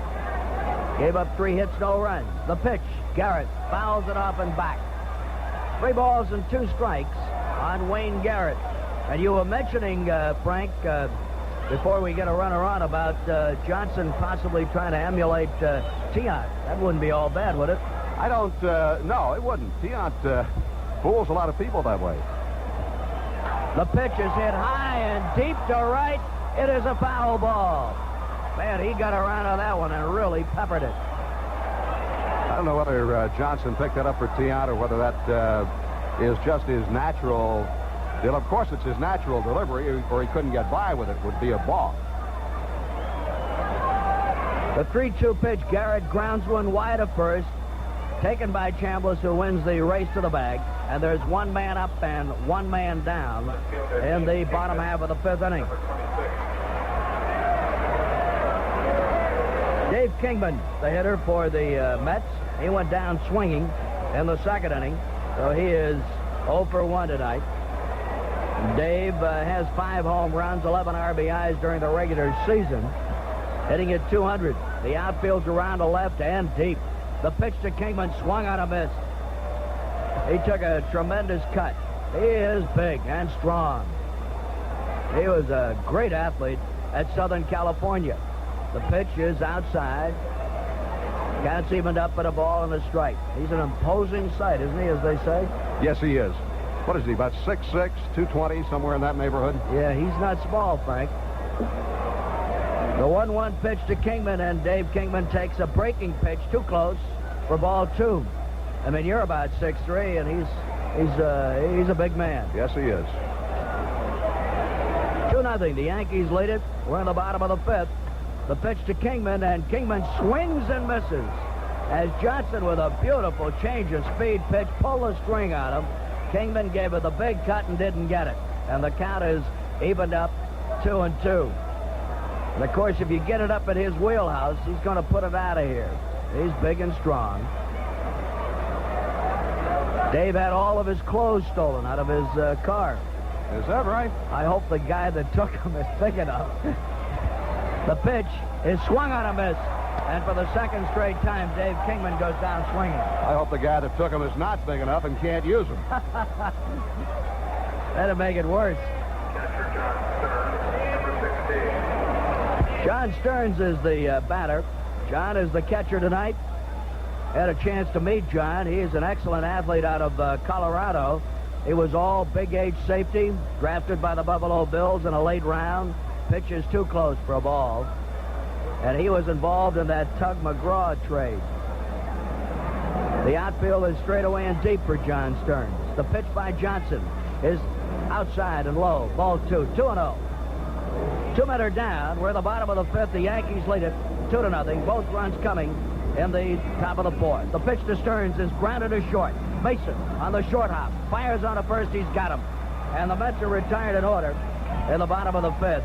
With no runs, no hits, no errors, nobody left on base. At the end of 5 full innings of play, the Yankees lead it 2-0. Turn mealtime into polio time with creamy, smooth polio ricotta and easy to slice, quick to melt polio mozzarella. They've been New York's favorites for over 75 years. But you've only just begun to know polio, because the polio family of fine foods has grown considerably. And with it, the number of great tasting dishes you can make. Now you can enjoy polio tomatoes as well as polio bacon. or for an exotic taste, try Polio artichoke hearts and Polio Italian-style breadcrumbs. Now more than ever, Polio has all you need to put real Italian food on your table. Life insurance policies offered by most companies are remarkably similar, but their cost can be substantially different. Savings Bank Life Insurance can save you money because it is really low cost. For example, at age 30, a $30,000 5-year renewable term policy costs only $8.70 a month. To find out how much you can save with any of SBLI's popular plans, see the SBLI specialist at a nearby savings bank. SBLI leaves you more money for a living. Well, checking the scoreboard for you quickly, Milwaukee won that suspended game of last night, beating Texas 3-2. But they played 17 innings, I believe, last night, got caught by curfew. Then Texas turned around and, now check that, Texas and Milwaukee will now play the regular game. So the suspended game went to Milwaukee 3-2. Kansas City and Boston still scoreless. They're in the bottom half of the 5th inning at Fenway Park. In the National League, it was the Cubs over Houston this afternoon, 4-2. Atlanta and Montreal delayed by rain, with Atlanta leading 4-0. And let's see, the Phillies and Cincinnati playing a doubleheader. Philadelphia won the first game 6-3, and the Phillies lead in the nightcap 1-0 at the end of 2.5 innings. Right here, the Yankees are out in front 2-0, and we go to the 6th. Lou Piniella leads it off for the Yankees. And, Frank, we had a chance to interview Lou before the game for our pregame show. He said he's much better, still not fully recovered from that ear infection, but it really did take its toll. Pitches grounded foul. That was tough, and, of course, it happened to Lou. He had to leave a ball game complaining of dizziness. You know, you get something in that ear, you can get dizzy because doesn't something in there control the equilibrium? Amen. Don't ask me to spell it. Stone into the windup. The 0-1 pitch is swung on a miss by Lou. 0-2 on Lou Piniella. The Yankees are leading in the ball game 2-0. We're in the top half of the 6th inning. Stone into the windup. The pitch. Piniella lines it, but it is backhanded at short. A fine play by Phillips. And stepping in now is Ron Blomberg. Ronnie up for his first time, as was Lou Piniella. And Ron has been bothered with a bad shoulder. He is a left-handed hitter with a lot of power. Stone, the left-hander, pitching against the left-hander. The pitch is grounded. Fair ball. Pass first. Down the right field line, now in foul territory. Blomberg around first on his way to second. He slides, and he's got a double. And the Yankees, with 1 out, have Blomberg on second with Bob Oliver ready to hit. And Ron not only hit that one hard, Frank, but he placed it well. He certainly did, and I think Milner and the first base umpire, Hank Soar, got tangled up there for just a second. Good to see Hank Soar back on the field. Doggone it, he can still umpire. Bob Oliver, the hitter for the Yankees. He is at third base tonight. Bob hasn't been up that much. 2 hits and 18 at-bats in 7 ball games, but he's got power. Hitting at 111. The outfield is straight away and deep with 1 out. Blomberg leads off second. Stone to the belt. The pitch is swung on a miss. Oliver took a great big cut and didn't get it. The big gap for Bob Oliver is in left center field and down that left field line. Dick Hauser coaching at third. Elston Howard at first. Yanks lead it 2-0, top of the 6th. Stone leans in, gets the sign, goes to the belt. Around goes the left arm. The pitch is high for ball 1. Count is evened up at a ball and a strike on Bob Oliver. Tomorrow night, the opener of a 3-game series here at Shea Stadium. The Yankees and the Oakland A's. Stone again to the belt. The pitch to Oliver is a called strike. Over, knee high. 1 ball, 2 strikes on Bob Oliver. On deck is Chris Chambliss, the first baseman. George Stone trying to come back for the Mets, and he's been fairly effective here tonight. He's allowed 2 runs and 3 hits. He goes to the belt. The pitch, and Oliver pops it up. Getting under it is Wayne Garrett calling for it, coming in fair ground. He's got it. And there are 2 men out.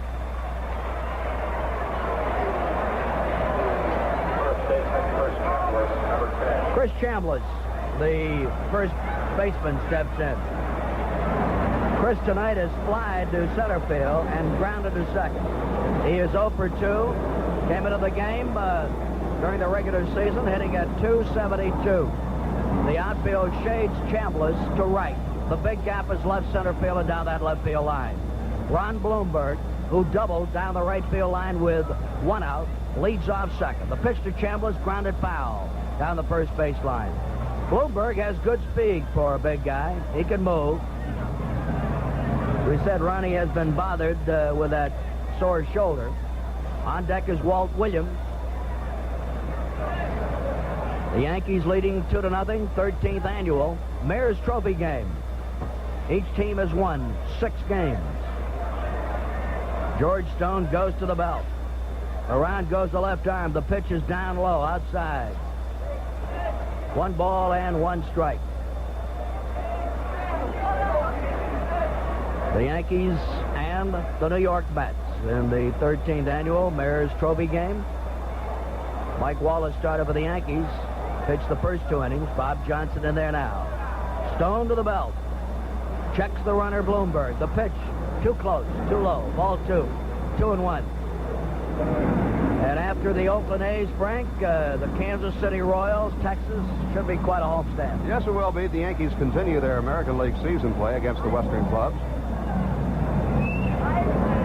George Stone goes to the belt. The pitch to Chambliss is swung on and fouled into the Mets dugout along the first baseline. The count now is evened up at 2 balls and 2 strikes. Here's the rundown on that suspended game down in Texas. They wound up playing 15 innings. Milwaukee winning it 3-2 on only 4 hits in 15 innings, but they won the ball game. Stone into the windup with a 2-2 pitch, and Chambliss swings and fouls it off in back of the Yankee dugout along the third base line into the stands. And a scramble for that baseball. Pretty good crowd here tonight, Frank. 25,000, you think? You know, I'm one of the worst in the world at estimating a crowd. That makes 2 of us. That's why I called you in. I'm worse than that when it comes to trying to figure it out. Stone leans in to get the sign from his catcher, Stearns. He goes to the belt. Bloomberg with a lead off second. The 2-2 pitch is fouled again and back. Out of play. And the count stays at 2 balls and 2 strikes. Old Timers Day, Saturday, June 28th, here at Shea Stadium. That'll be for the Mets or the Yankees. That's the Mets. The pitch to Chambliss, too close. 3-2, full count. And of course, an Old Timers Day is always big.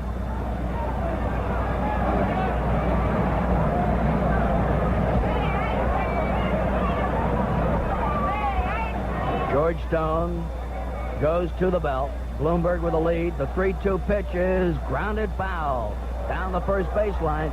So Chambliss really hitting at that baseball and keeping alive. You know, talking about old-timers games, the Yankees old-timers game will be on Saturday afternoon, August the 2nd.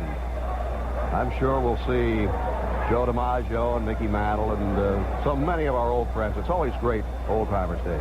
The 3-2 pitch to Chambliss is grounded through the hole into center field for a base hit. Around third is Bloomberg, and he'll come in to score. Klein bare hands the ball, but Bloomberg scores, and the Yankees lead it 3-0 on the single by Chris Chambliss. Chambliss now has 2 RBIs tonight.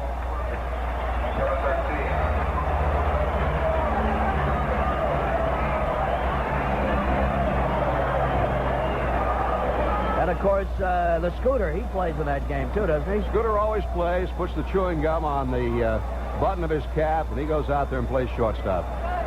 That came from that 17-game winning streak he was telling me, and he would take it off and kept chewing it for 17 games.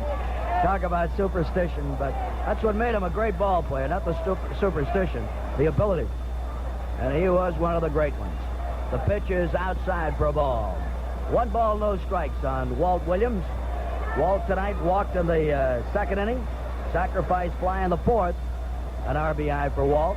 Chambliss leads off first. Milner is holding. The pitch, Williams takes a breaking pitch down low, too close. 2-0. 2 men down. We're in the top half of the sixth inning. The Yankees are leading in the game, 3-0. Each team has 4 hits. Stone goes to the belt. Chambliss with the lead. Milner holding.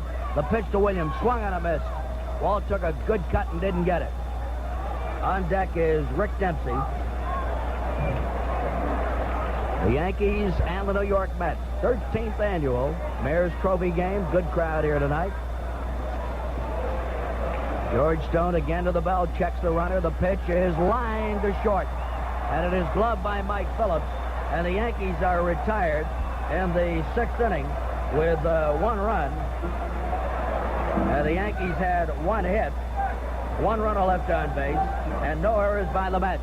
At the end of 5 1/2, the Yankees lead it 3-0.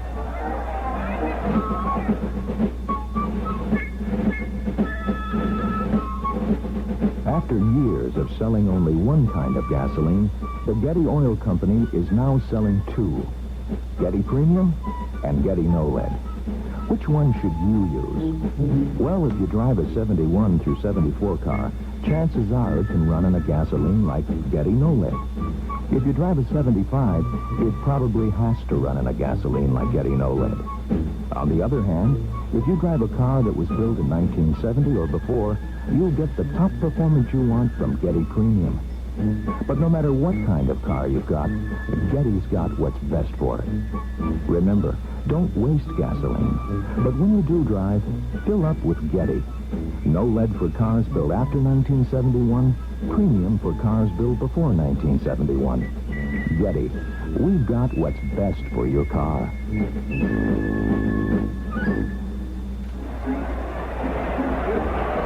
Well, we have a new pitcher down for the Yankees. It's going to be Kenny Clay, and I'm anxious to see him pitch. I watched him several times down in spring training, and I'll tell you, he looked quite impressive down there. He's pitching over at West Haven right now and had a record of 2-0 when the Yankees called him over to pitch in this ball game. So Ken Clay, big kid from Lynchburg, Virginia, comes on to pitch for the Yankees. And Bob Johnson did himself proud. He pitched 3 innings, allowed 1 hit, didn't walk anybody, struck out 2 men. And he had an impressive 3 innings. And as we wait for Clay to complete his warm-up throws, Atlanta leading Montreal 4-0 in the bottom half of the 4th inning, but that game is delayed by rain in Montreal.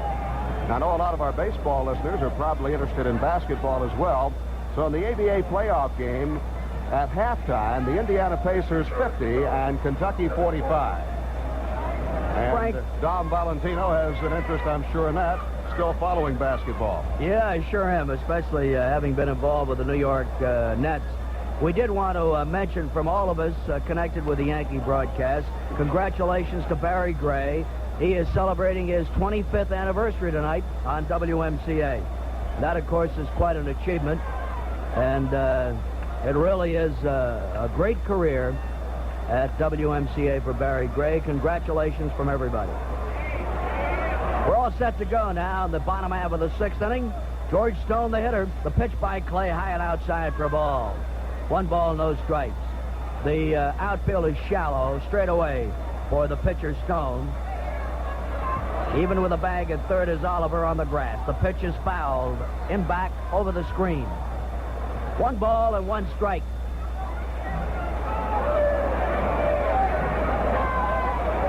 The Yankees and the New York Mets in the 13th annual Mayor's Trophy game.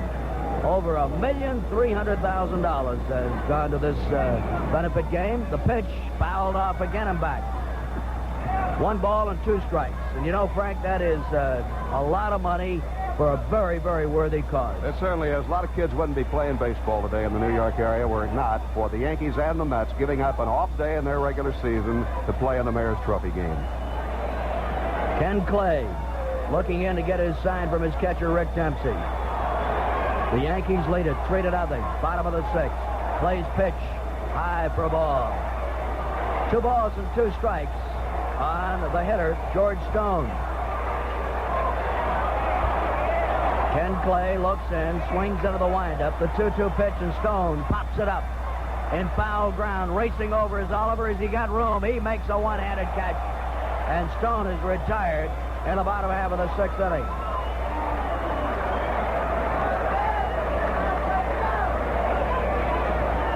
Mike Phillips Playing shortstop tonight, the hitter. Mike was claimed on waivers from the Giants. He had an infield hit that Chris Chambliss made a great effort on. He dove headlong, knocked it down, and then couldn't make the throw. The throw that he made was off the mark, and it was an infield hit for Phillips. And then Phillips lined to center field. So tonight he is 1 for 2. Overall hitting .267 on the season. The pitch by Clay. Check swing, ground ball, foul. And Roy McMillan, who was a pretty fair shortstop in his day, coaching at first, makes the pickup. Not a bad ball player at his day. No, he wasn't. I never saw Roy play. Not that he was before my time, but I wasn't anywhere around where he did play. But he was a fine shortstop. The 0-1 pitch is in the dirt. Too close, too low.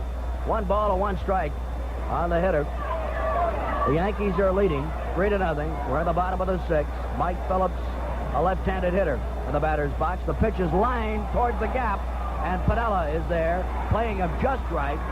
4 steps over to his left, and he grabs it. And there's 2 men down in the bottom of the 6th. Jack Heidemann will step in.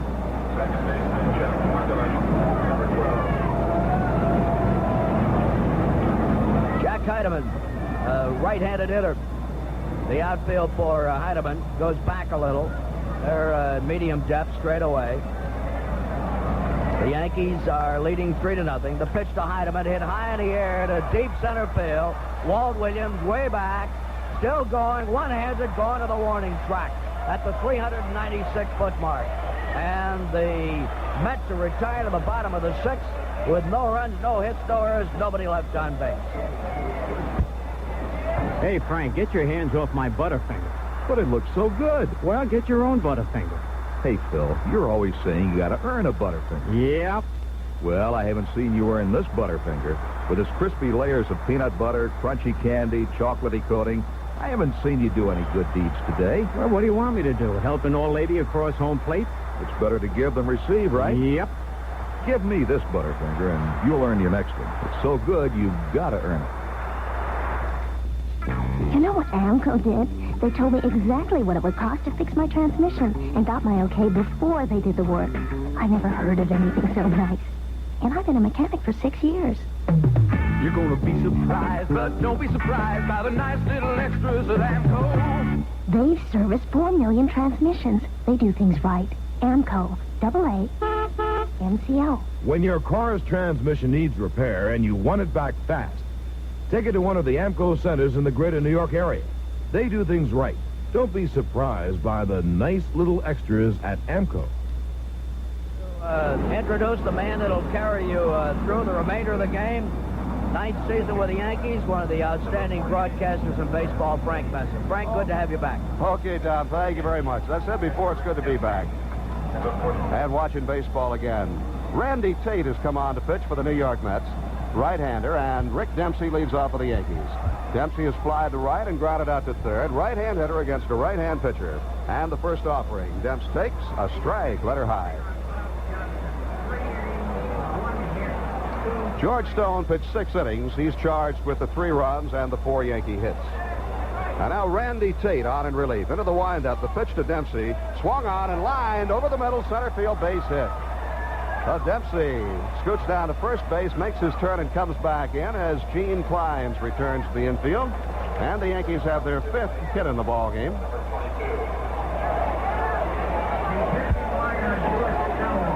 Here is shortstop Jimmy Mason. Mace grounded into a double play started by Milner in the 2nd inning. He grounded out to Milner again in the 5th. Milner flipping to the pitcher, Johnson covering.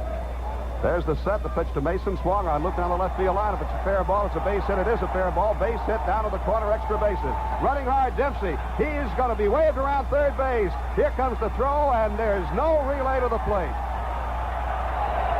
The shortstop, Dave Phillips, was the cutoff man. He dropped the throw from left fielder Dave Kingman, and there was no throw onto the plate. Mason goes into second base. 2-base hit, an RBI single, the Yankees, an RBI double, the Yankees lead 4-0. I'll tell you that Dempsey showed me something with his legs then. He was going hard. And you know, he's been hitting the ball very, very well. 4 for 6 coming into the game, and the 2 outs, he hit the ball hard. So he's doing well. Fred Stanley steps in, right-hand hitter. Freddie has fly to right and fly deep to left. First pitch was high, and evidently Stearns was crossed up by his pitcher, Randy Tate, because he goes to the mound, and Dick Hauser, the Yankee third base coach, comes down to talk to Stanley. Stanley has one job to do right now, and one job only, and that is to get Mason over to third base. Nobody out, and the count is 1-0 on Freddie Stanley.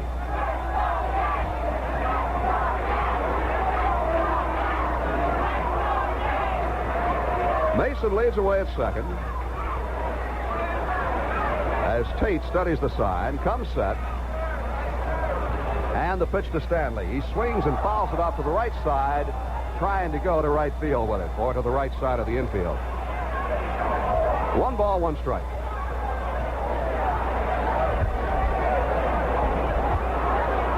The pitcher, Ken Clay, is on deck. Tate sets, kicks and deals, and Stanley takes a breaking pitch low.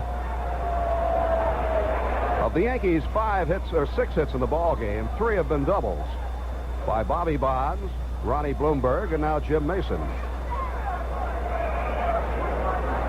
Tate ready to work, into the belt, and the pitch. Stanley swings and fouls it straight back toward the screen. 2 balls and 2 strikes. Yankees lead 4-0. Top half of the 7th inning here at Shea. 13th annual starts the Old Timers game. The Mets have their Old Timers Day scheduled up on the board again. 13th annual Mayor's Trophy game. Another foul peels back off the bat of Stanley. Count holds 2-2. Mason at second. Stanley trying to go to right field and moving over to third, or get him home with a base hit.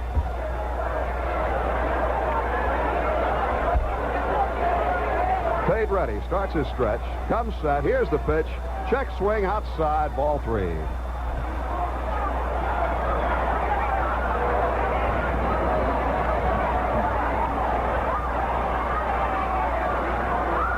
They play Stanley up the middle at second and short.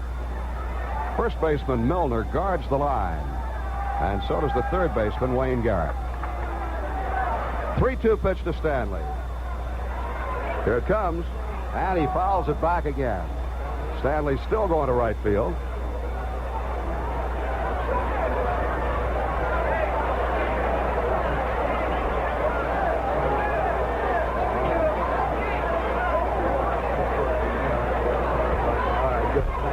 Randy Tate takes the side, gloved hand on the left knee, and deals Stanley. Outside, check swing, ball 4. Stanley walks. The Yankees have 2 on, none gone, and the pitcher coming up. Let's pause 15 seconds for station identification. This is the New York Yankee Baseball Network.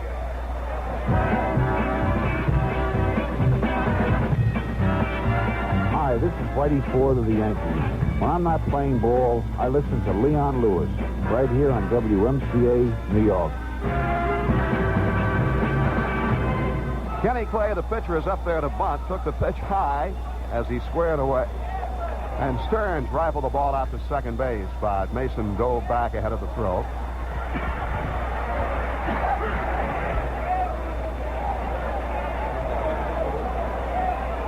Again, the set. Clay squares, and he bunts it foul off the first base side. 1 ball and 1 strike. Kenny Clay, a right-hand batter. Nobody out. Mason at second, Stanley at first. 1 run has crossed the plate here in the 7th inning. The Yankees lead 4-0. Garrett and Milner ready to charge. Here's the pitch, and he takes it high.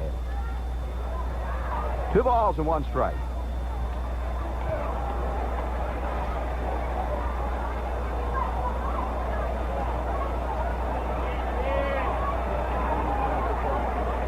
Big stretch. And the 2-1 pitch. Clay squares, pops it up on the bunt, and it is caught right at the plate by the catcher Stearns. So Ken Clay cannot deliver the sacrifice. He popped up a high fastball, and there's 1 away. Stearns, the catcher, took that pop-up just one step in foul territory.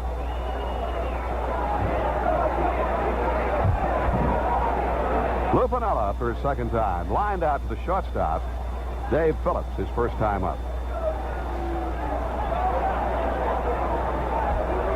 Roy White started in left field, came to bat twice, and gave way to Piniella. The pitch to Lou, breaking ball, low and outside, ball one. They have completed 7 innings at Fenway Park. Kansas City leads Boston 3-0. The set by Tate and the pitch. Curve ball, and it's in for a strike. Piniella was ducking away, and that ball broke right over the plate.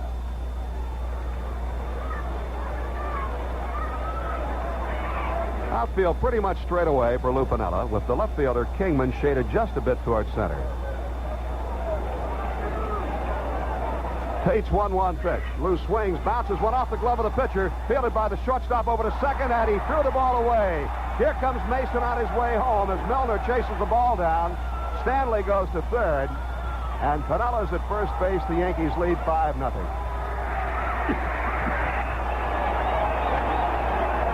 Bouncer right back up the middle.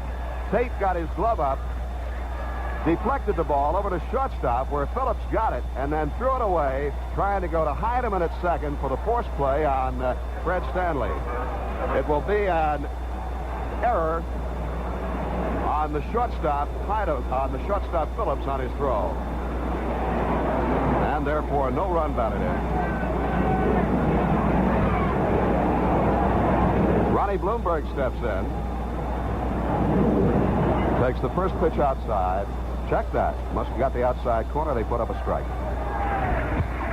Runners first and third, one out. The infield at double play depth. The pitch to Ronnie. Breaking ball inside at the knees.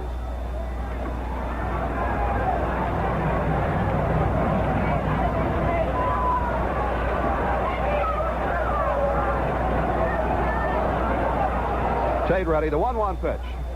Breaking ball is high and inside. 2 balls and a strike to Bloomberg. Ronnie has been up once and doubled down the right field line in the 6th inning.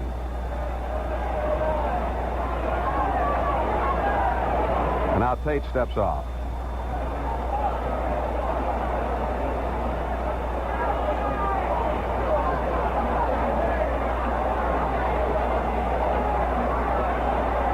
Stanley at third, Piniella at first. The next pitch, high and outside. 3 balls and 1 strike.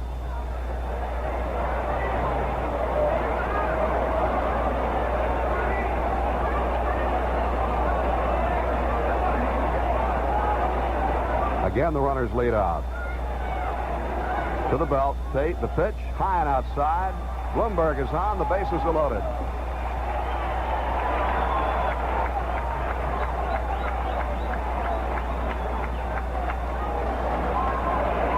Stanley at third, Piniella at second, Bloomberg now at first. And the batter is Bob Oliver. Oliver sent a sky-high pop-up to the third baseman, Wayne Garrett, his first time up.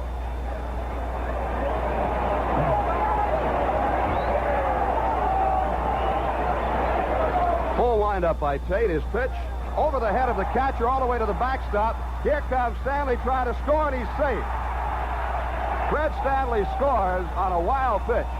That ball hit the glass gate directly behind home plate at the backstop. Bounced right back to Stearns, the catcher. He flipped the ball to his pitcher, Randy Tate, covering the plate. It was a close play, but Stanley is safe. The Yankees lead 6-0, and that's a wild pitch.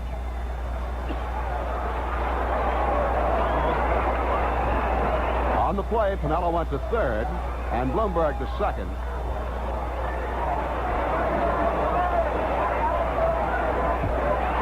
One out, runners second and third. Now the infield comes in. The full windup, the pitch to Oliver, high again.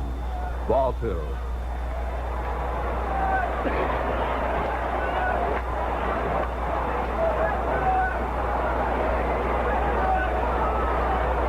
To look in for the sign, the wind, the kick, the pitch to Oliver, swing and a miss.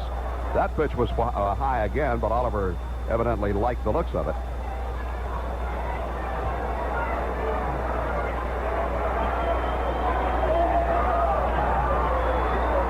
Next pitch, swing and a miss on a high fastball, 2-2.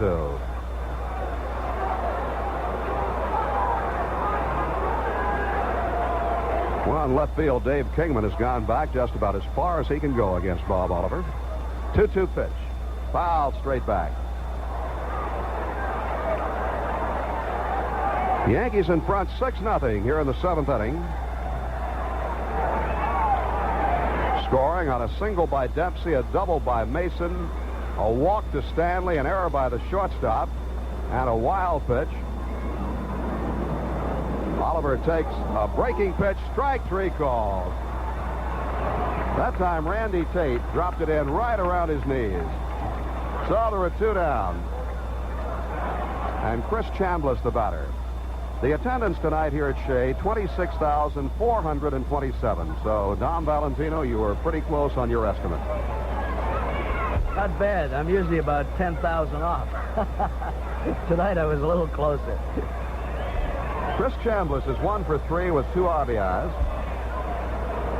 Left-hand hitter swings and misses. Strike 1. Walt Williams is on deck. Chambliss is the 8th Yankee to come to bat here in the 7th. Wind up by Tate, the kick and the pitch. Strike 2 call. Breaking pitch. No balls, 2 strikes to Chambliss.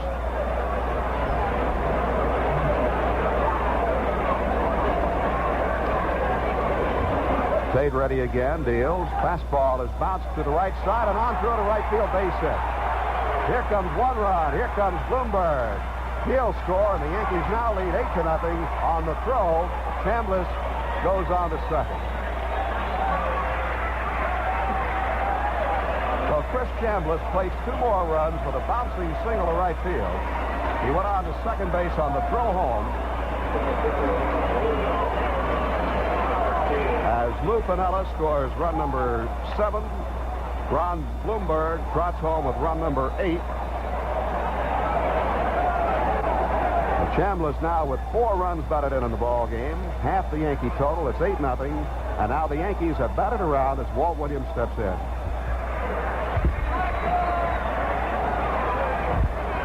Walt swings, loops one out into shallow right center field. That's going to be in for the base hit. Here comes Chambliss around third. And the throw back to first base, Williams gets back. Gene Clines fielded the ball, looked toward home, so he could not get Chambliss. Then threw back to first base, and Walt Williams had to scramble back on his hands and knees. The crowd reacts as Yogi Berra goes to the mound. The Yankees now lead 9-0 as Walt Williams gets his first base hit and his second run batted in the ball game. Williams had a little looping fly ball in the shallow right center. Neither Clines nor Jesus Alou could get to it. Yogi has had a pitcher warming up in the bullpen. He will make a pitching change, and right now, the new pitcher is making his way to the mound. Well, Dom, it was just not the night for Randy Tate, but it's going to be the night for a lot of folks around the New York area here at Shea. How about some of those community nights? We've got quite a few of them coming up, as you well know, Frank. Tomorrow night is Greenwich, Connecticut night. And then on May 17th, that'll be Saturday night. Want to remind you, it's going to be New York Islanders night. The New York Islanders, who did such an outstanding job in the National Hockey League playoffs, will be honored here at Shea Stadium. Their general manager, Bill Torrey, the coach, Al Arbor, the entire team, Holly Chester, the public relations director, Mike Manzer, the vice president of the Nets and Islanders. Their entire organization will be honored here before the game on Saturday night. And then on May 20th, it's going to be Flushing, New York night here at Shea Stadium.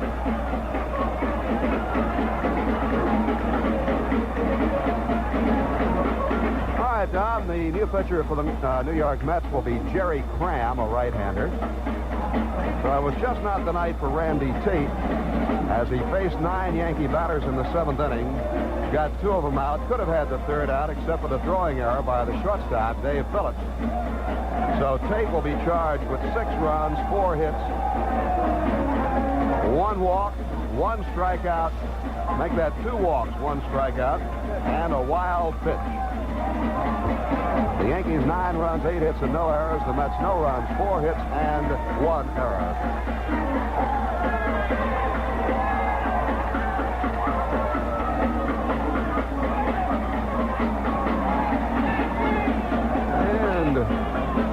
Little impromptu music down below us in competition with the organ here at Shea Stadium tonight. On the scoreboard, Kansas City 3, Boston nothing. The Red Sox are batting in the bottom half of the 8th. Cleveland has tied Minnesota 2-2 at the end of 2. Milwaukee defeated Texas 3-2 in the completion of their suspended game from last night. And Milwaukee leads in the regular game 3-0 in the bottom half of the 3rd. In the National League this afternoon, the Cubs beat Houston 4-2. Atlanta leads Montreal 4-0 in the bottom half of the 4th inning, and that game has been delayed by rain. The Phillies beat Cincinnati 6-3 in their first game and are leading 1-0 in the nightcap at the end of 4.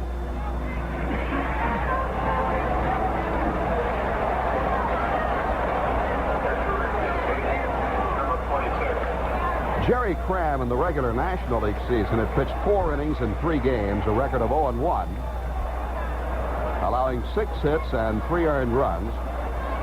First man to face him for the Yankees will be Rick Dempsey. And Dempsey started it all off with a single to center field. Since then, the Yankees have scored 6 times here in the 7th inning and lead 9-0. First pitch to Dempsey. Fastball is over for a strike. Milner holding Williams on at first base.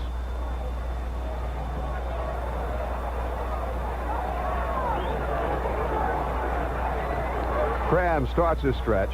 Into the belt. The kick, the pitch. Dempsey swings. It's a sharp grounder at shortstop. Phillips is up with it. Flips to Heidemann for the 3rd out to retire the side. But the Yankees in the inning come up with 6 runs, 4 hits. There was a Met error and 1 man left on base. In the middle of the 7th, it's the Yankees 9 and the Mets nothing.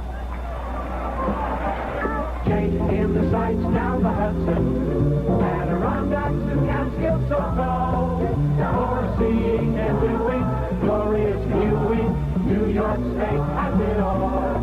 And there's a free 96-page book filled with fantastic vacations only hours away. It's called Vacation Lands, and it features 190 color photos picturing 800 resorts and attractions. The variety will amaze you. The grandeur of Howe Caverns, Whitehall, the birthplace of the U.S. Navy, Rip Van Winkle country, the grave of John Brown, a Dutch tulip festival, aerial dogfights in World War I planes, historic mansions, even castles, magnificent mountains for hiking, 17th century Huguenot houses, a butterfly museum, and lots more. You'll find it all in Vacation Lands because only New York State has it all. For your free copy of the 96-page Vacation Lands book, write to Vacation Lands, Post Office Box 1549, Radio City Station, New York, New York, 10019. For your free copy of the Department of Commerce book, write Vacation Lands, P.O. Box 1549, Radio City Station, New York, New York, 10019. That's Vacation Lands, P.O. Box 1549, Radio Station, New York, 10019. Frank? Okay, Dom, and it's going to be Gene Clines leading off for the New York Mets as we go to the bottom half of the 7th inning. Clines, a right-hand batter.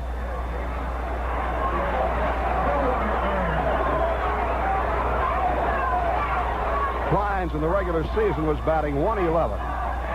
He had 3 singles for 27 trips. And the first pitch to him from Ken Clay, a fastball is over the inside corner, strike 1.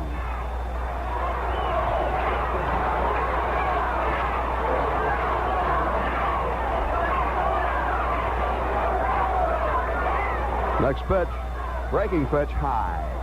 1-1. On deck for the Mets, right fielder Jesus Alou.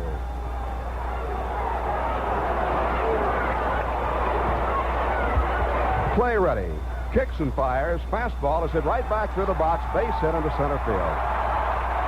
So Clines is on with a leadoff single for the Mets.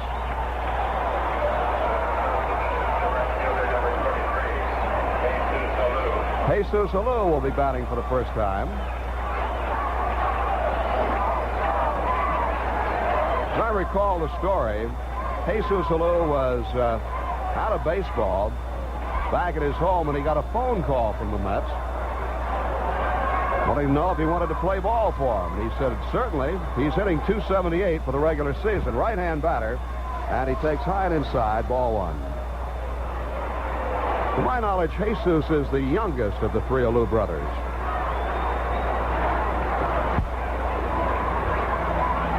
.1-0 pitch. Blown inside to the right-hand hitter. I believe they go in this order. Felipe, the elder. Matty, the middle brother. And Jesus, the youngest. 2 balls and no strikes. And the pitch. Swing and a miss. Swung so hard he went down on one knee.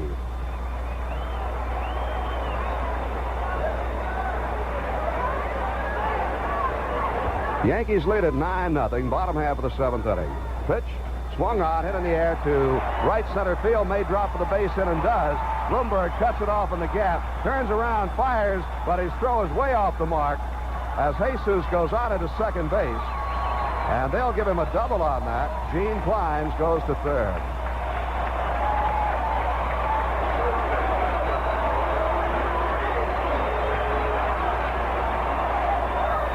So quickly, the Mets have 2 men on with nobody out, and the batter is John Milner, who has gone all the way at first base. He has 1 for 2.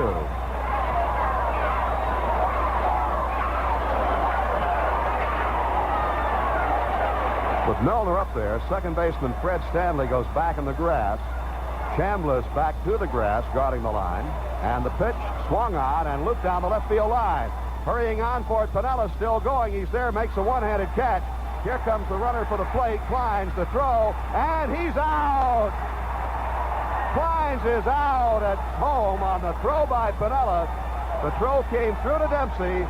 He stepped up the line about 1 stride, took the throw, dove at Clines, and tagged him out. And you have to feel that is not a good gamble when you're trailing by 9 runs.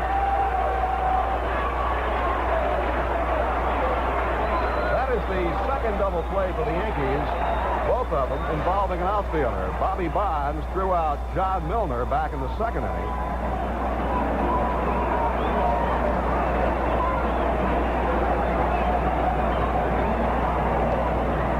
In comes Garrett, and the pitch to him is low from Ken Clay.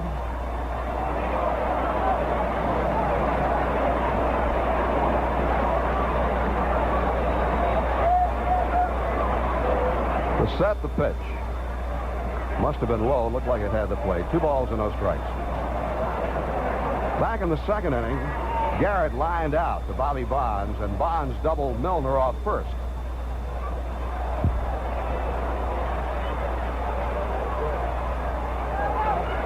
Ball 3 comes in low. 3 balls and no strikes.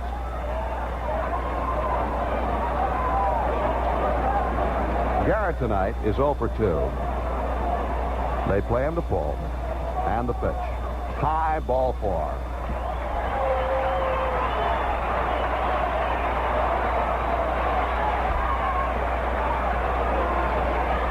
Here's Dave Kingman. The left fielder struck out twice tonight.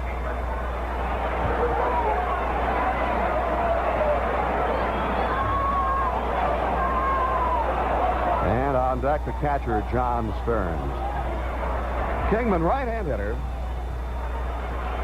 Play, checks the runner at second. Alou, and the pitch is fouled straight back. Strike 1. Yankees lead 9-0.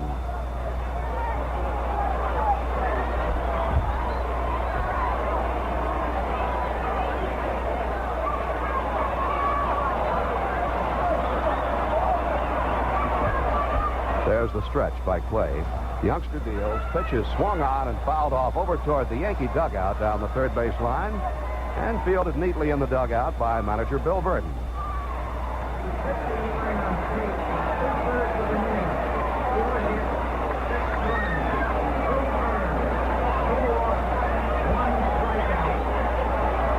Runners lead away at first and second, and the pitch to Kingman.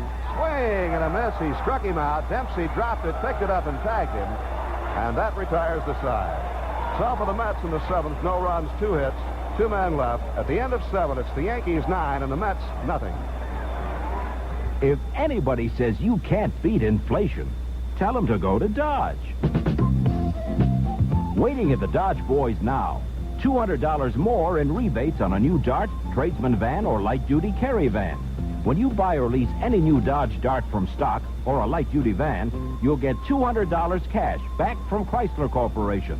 The Dart gives you low purchase price, high resale value, and great gas mileage. The Tradesman Maxi van is the biggest in the business. All you do is make your best deal at the Dodge Boys on a new Dart or Dodge van. You'll get $200 cash back. But hurry, it's a limited time offer for retail customers only. One to a customer at participating Dodge dealers. So if anybody says you can't beat inflation, just tell them you know where they should go. Tell them to go to Dodge. See your local participating Dodge dealer today.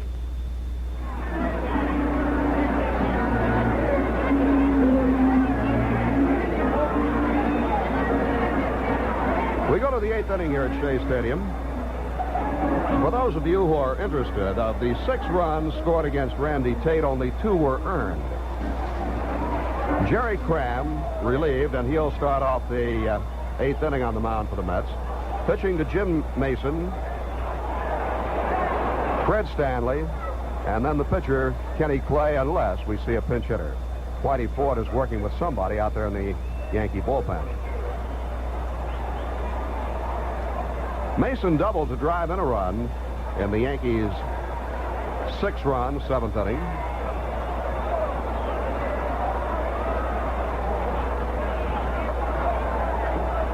Mason is 1 for 3. They play him straight away, infield and outfield. The pitch to him high and outside from Cram.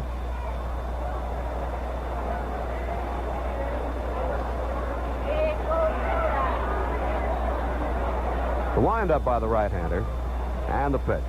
Taken high again, ball 2.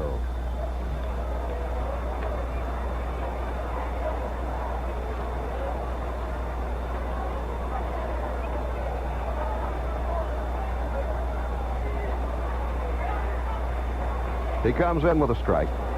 Milwaukee leads Texas 3-1 at the end of 3 innings. And the Red Sox are batting in the bottom half of the ninth. Kansas City has them shut out 3-0 so far. The pitch to Mason. He takes it high for ball 3, and it's 3-1.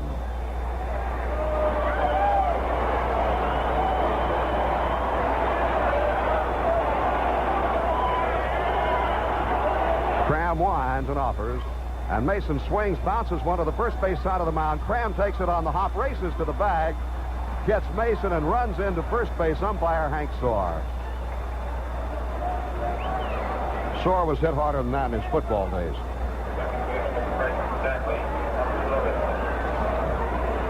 Fred Stanley, the batter. Stanley is 0 for 2, flied out twice and walked once.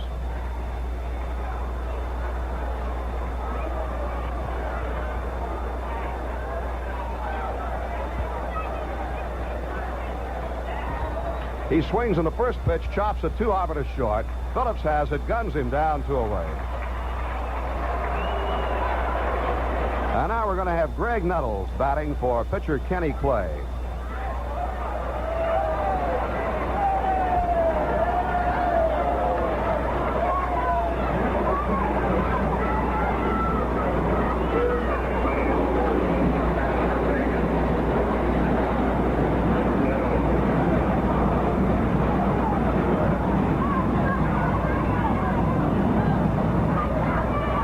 The windup, the first pitch to Nettles. Low and inside, ball 1.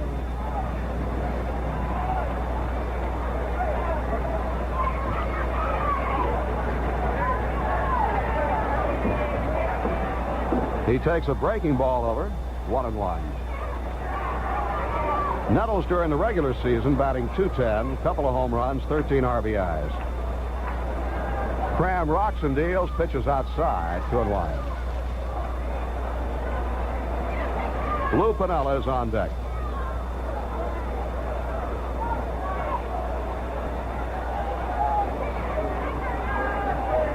And the 2-1 pitch coming. Nettles takes a fastball over knee high, 2-2.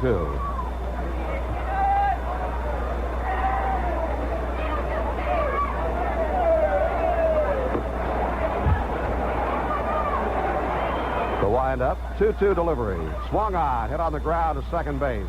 Coming up with it, Heineman on to first. Nettles is out, and so are the Yankees. 3 up, 3 down, nothing across. In the middle of the 8th, it's the Yankees 9, the Mets nothing. Spring shows, hills and lakes and Chautauqua. Barge down the Erie Canal. Drive, bike, or hike it, you're gonna like it. New York State has it all.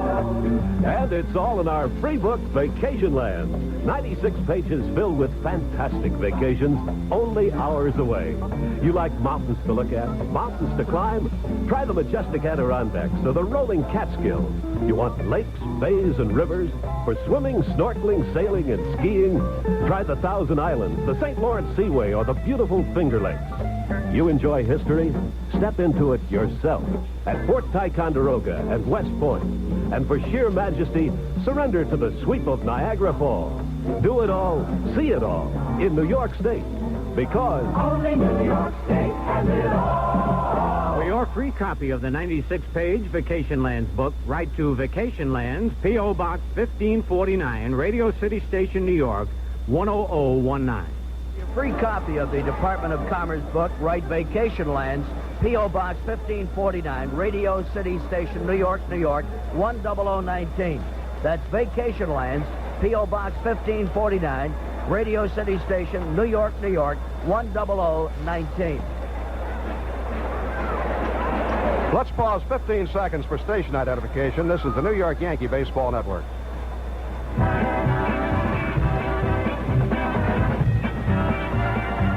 Hi, this is Lou Piniella of the New York Yankees. When I'm not playing baseball, I listen to Long John Neville and Candy Jones right here on WMCA, New York. Well, Dom, I'm going to have to apologize to Dave Pagan and our listeners. It was Pagan who was in there pitching, and I was calling him Ken Clay. Clay is in, so it's my mistake, and I readily admit it, and I beg your pardon. So now we've got Kenny Clay in the ball game. Well, Frank, it's very easy to do, not to defend you because you don't need any defense, but, for example, Ken Clay's number 52 isn't even on the roster of the program, so I'm sure fans realize those things happen. All right, Kenny Clay is in there pitching now, and again, my apologies to Dave Pagan and our listeners. So Pagan went 2 innings, gave up 2 hits, no runs. He walked 1 and struck out 1. And leading off for the New York Nets, catcher John Stearns. Ed Herman is now catching for the Yankees. Eddie Leon is down at third. Let's see, let me check that, because Dempsey moved down to third base. And Bob Oliver has gone over to first. All right, here's the pitch. And Stearns takes it low for a ball. So put Dempsey at third and Oliver over at first. Herman catching. And now we have Kenny Clay in the ball game. Here's the pitch. Swung on and fouled back upstairs.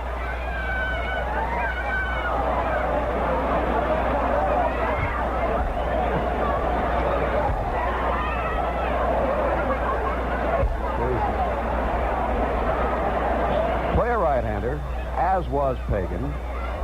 The kick and the pitch. Swung on, hit in the air to left field. Piniella almost in his tracks, waiting for it to come down, and he's got it. So there's one away.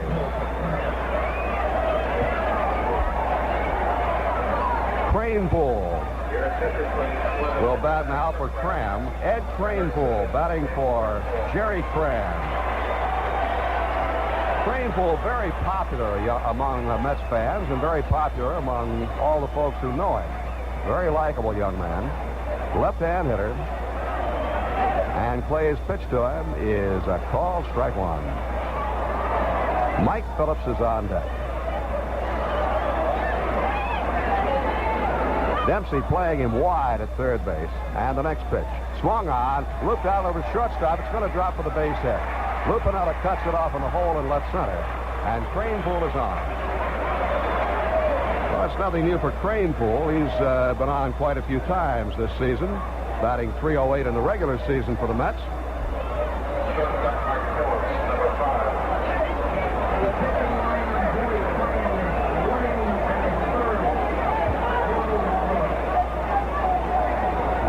The Mets have picked up their 7th base hit. The Yankees lead 9-0. We've got the score right.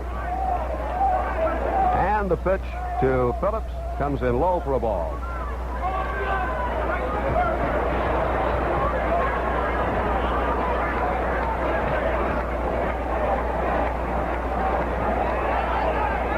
The next pitch, low, ball 2.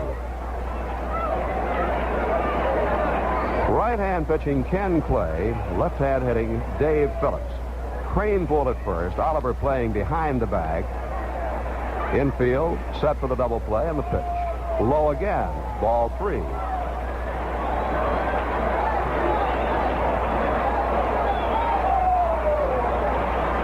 Three balls and no strikes, 1 out.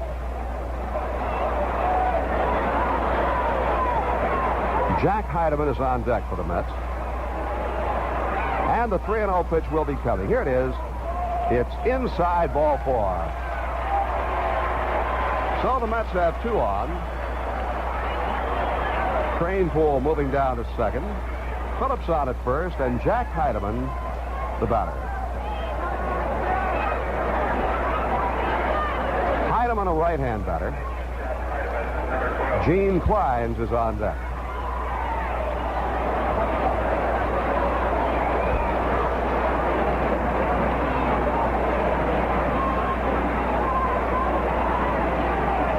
Looks down for his sign, checks back at second base. The right-hander's pitch, breaking ball is high. 1 ball and no strikes. And now Heidemann steps out. Looks down at third base for a sign from the coach, Eddie Yost. Pitch coming. He takes a fastball over for a strike, 1-1. Blumberg plays him in a bit in right field. Williams straight away in center. And the same for Piniella in left. Mason and Stanley and Dempsey at third look for the ground ball. The pitch to him. He takes a strike call, and it's 2-2. Make it 1-2.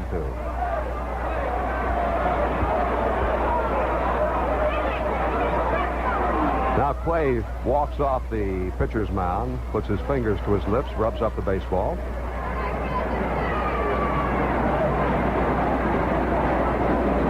Has the sign, drops the hands, and the pitch. Swung on, foul back, and that will be out of play. Herman came back looking for it, but it falls on the screen.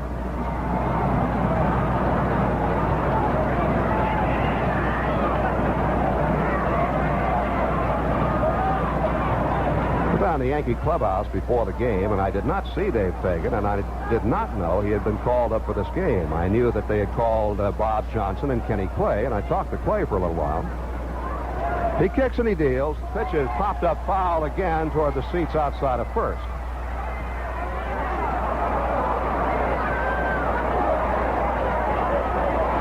Clay had compiled a record of 2 wins and no losses over at West Haven. He had started 4 games, 26 innings, 24 hits, 8 walks, 15 strikeouts, and an earned run average of 4.15. 1-2 pitch. It is high, a fastball, 2-2.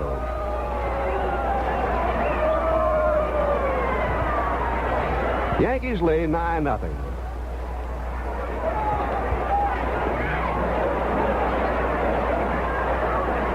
Clay takes the sign from Ed Herman. Seems to have trouble picking it up.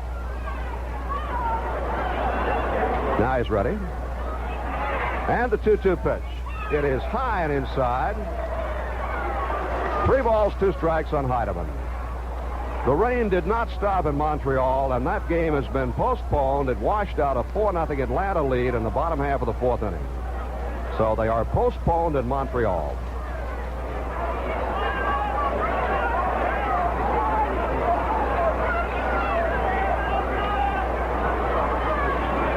Clay ready to work. Kicks and deals. Swing and a miss. He struck him out. Clay just reared back and ripped a fastball in. Heidemann couldn't find it. So 2 down. Runners at first and second, and the batter Gene Clines.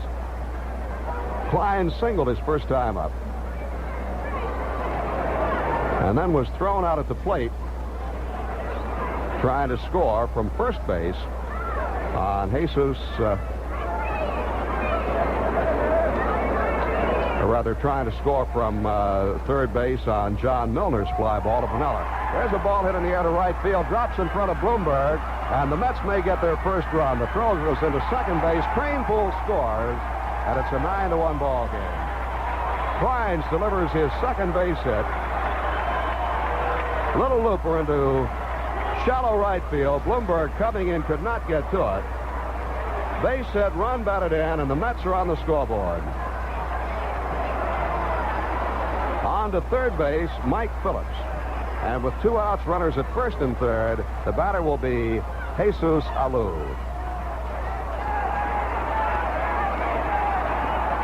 In the 7th, with Alou at second and Clinched at third. First pitch. Oh, and it hit him in the helmet. He is hit in the batting helmet so hard the ball bounces all the way down to third base where Dempsey grabs it.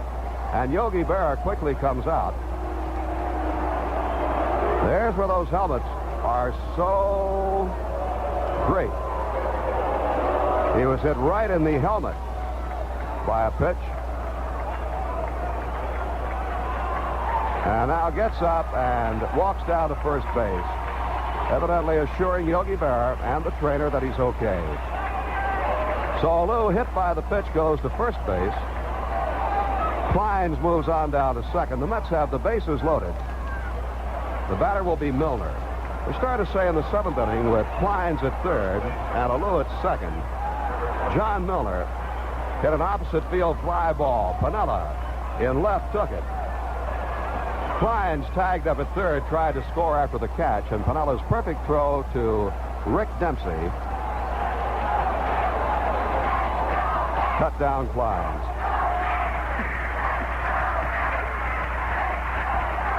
So Ken Clay faces a bases loaded, 2-out situation. Milner, left-hand hitter, is 2 for 3, and he takes low.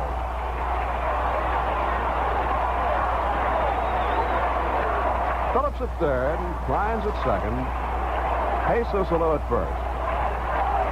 Full windup by Clay. His pitch, Milner swings. It's a fly ball to deep center. Walt Williams on his horse. Going back, he won't get it. It's over his head into the wall. 1 run is in. 2 runs are in. The 3rd run will score as Mason cuts the throw off. And it is now a 9-4 ball game. A bases clearing double by Milner over the head of center fielder Walt Williams.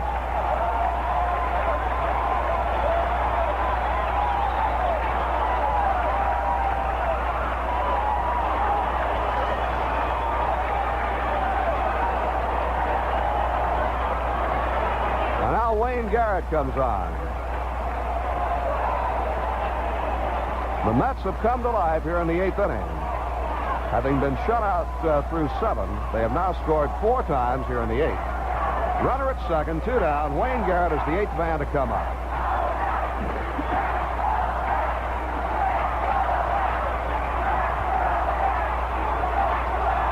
The pitch from Clay on the outside corner, strike 1.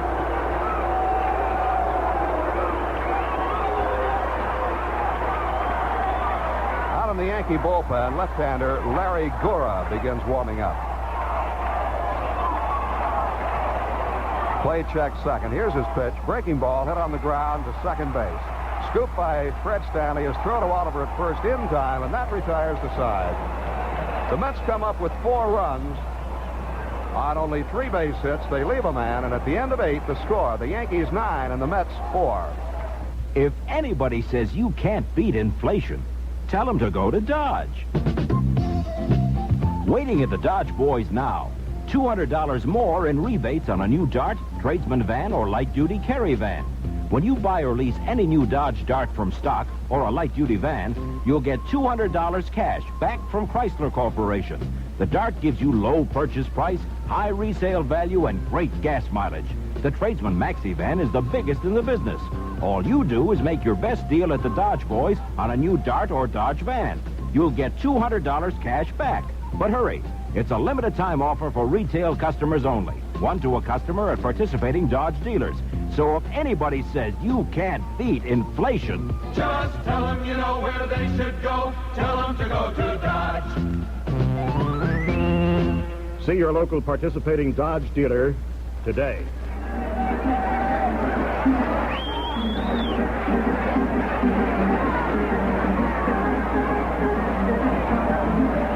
Well, the Mets make another pitching change, bringing in Bob Apodaca, right-hander. And we go to the ninth inning. The Yankees will bring up the top of the batting order. Let's see. Kranepool stays in the ball game to play first base.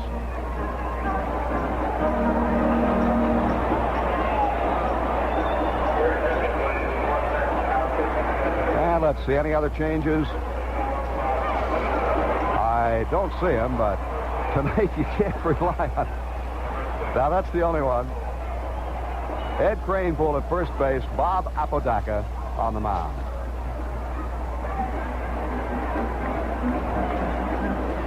Apodaca has no record in the regular season for the Mets. He's relieved 5 times, pitched 11 1/3 innings, allowed 2 runs, 8 hits, walked 3 and struck out 3. He has been credited with 2 saves. Mets bullpen has saved 5 games in National League Championship play this year. Apodaca has 2. Baldwin has 2.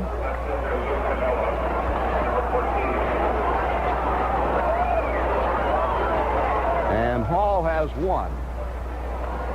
Lou Piniella, the batter. Piniella is 0 for 2, lined to the shortstop, and also reached on a throwing error by the shortstop, Dave Phillips. Apodaca's first pitch swung on and looped foul into the crowd down the right field line. Strike 1 to Piniella. It's all over. Kansas City shut out Boston 3-0. Final score, KC 3, Boston 0. Piniella fouls one back right below us. Strike 2. Steve Busby pitched that shutout for Kansas City. How many hits did he give up, Don? For Kansas City, 3 runs, 8 hits, no errors. The Red Sox, no runs, 4 hits, 1 error. Team out the loser, 3 and 5. Busby, the winner, 6 and 2. Wow. Piniella on a check swing hits a one-hopper to Kranepool. He fields it, flips over to Apodaca covering, and there's 1 away. Well, let's see. We will probably see Steve Busby in that series here with Kansas City, starting Monday night, May 19th, Tuesday night, May 20th, and Wednesday night, May 21st. Busby now 6 and 2. Here's the pitch to Bloomberg. He bunts, pops it over the pitcher's head, charging in the shortstop, and Bloomberg beats it out. Ronnie Bloomberg surprising with a bunt. He popped it up, but just over the head of Apodaca. Phillips charged the ball, but could not make a play on Bloomberg. That is base hit number 9 for the Yankees. The Yankees lead 9-4, and Bob Oliver, the batter. Oliver has popped up and been called out on strikes. He takes a breaking pitch low and outside. Stearns had to get out on his knees to block it. Catcher Ed Herman is on deck. Next pitch to Oliver, swung on and fouled back just off the screen.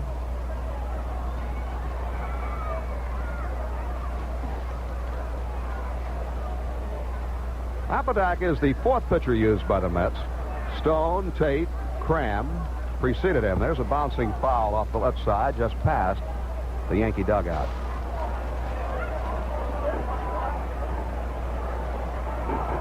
Bloomberg trots back to first base.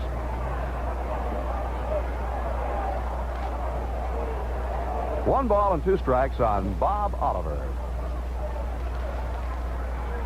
Apodaca comes set. The pitch outside, 2-2.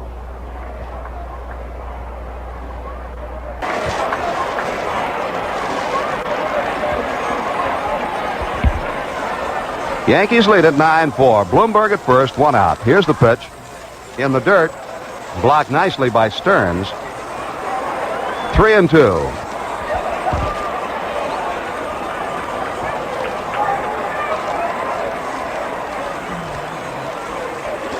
The Yankees have employed 4 pitchers tonight. So have the Mets. Pitch to Oliver. Swung on, bounced to third, backing off. Garrett has, goes to second out there, back to first, double play, and that retires the side. Garrett to Heineman to Kranepool. And for the Yankees in the 9th, no runs, a base hit, nobody left. At the end of 8 1/2, the score, the Yankees 9 and the Mets 4. Community nights at Shea. Well, for years, towns and cities have honored the New York Yankees. Now it's our turn to do the honoring.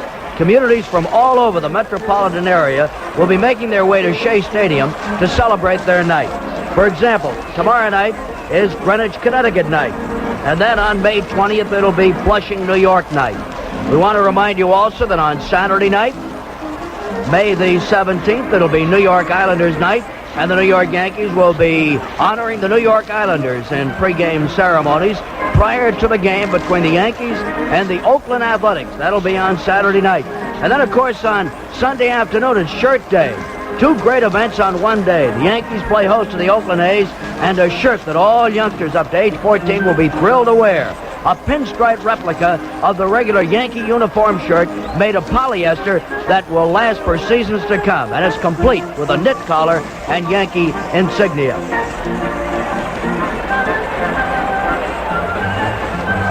We go to the bottom half of the 9th inning. Ken Clay will be working to Kingman, Stearns, and Kranepool. Yankees pitchers tonight. Mike Wallace started, pitched 2 innings, allowed 3 hits, struck out 1. Bob Johnson, down from Syracuse, pitched 3 innings, allowed 1 hit, and struck out 2. Dave Pagan pitched 2 innings, gave up 2 hits, and struck out 1 and walked 1. Ken Clay was tagged for 4 runs on 3 hits, a walk, and a hit batsman in the 8th inning.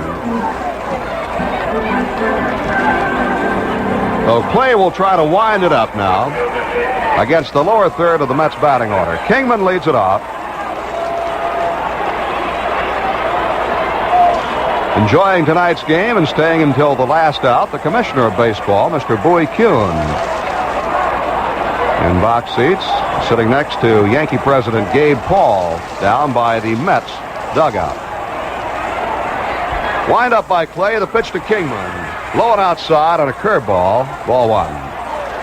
Kingman has struck out all 3 times up tonight. Right-hand hitter. He'd struck out 27 times during the regular season.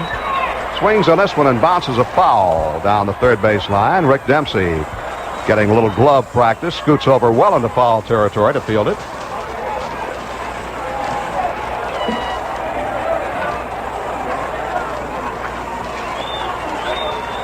Clay winds, 1-1 pitch. Swung on and chopped foul again. Again down the left side. Minnesota leads Cleveland 4-2. They're in the bottom half of the 5th. Milwaukee 3, Texas 1 at the end of 4. Milwaukee won the suspended game 3-2. Wind up, the pitch to Kingman. Has the plate, strike 3 called, and Kingman is out on strikes for the 4th time tonight. The second strikeout for Ken Clay. And now the catcher, John Stearns. 1 out, nobody on. Yankees leading 9-4 in the bottom half of the 9th inning.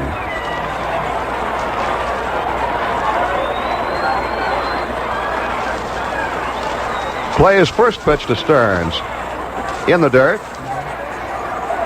Scooped by catcher Ed Herman. Ball 1.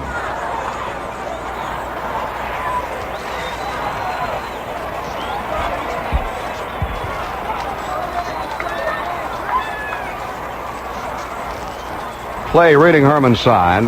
Rocks and deals, a fastball low and outside. 2 balls and no strikes.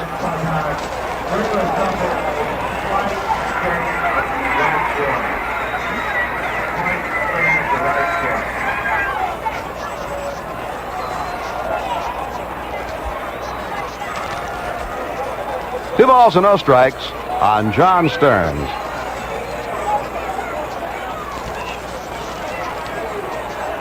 Clay into the windup. And the fastball is over, called strike.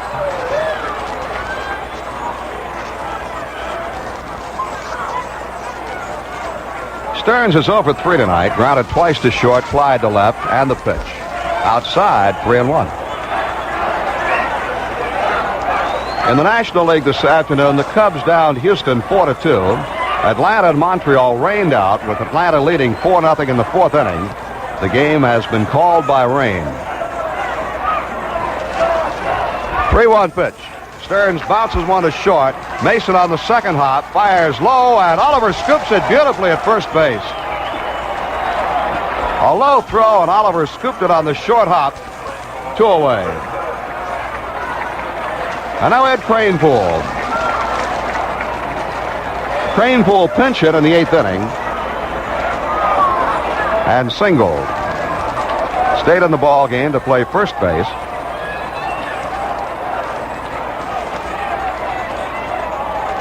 Tomorrow night, the Yankees and the Oakland A's. Pat Dobson against 7-game winner Vida Blue. There's a ball hit in the air to deep left, but Piniella is there waiting for it. He's got it. The ball game is over, and the Yankees have won the Mayor's Trophy game. That's it. The Yankees win it 9-4. We'll be back with tonight's game totals after this message.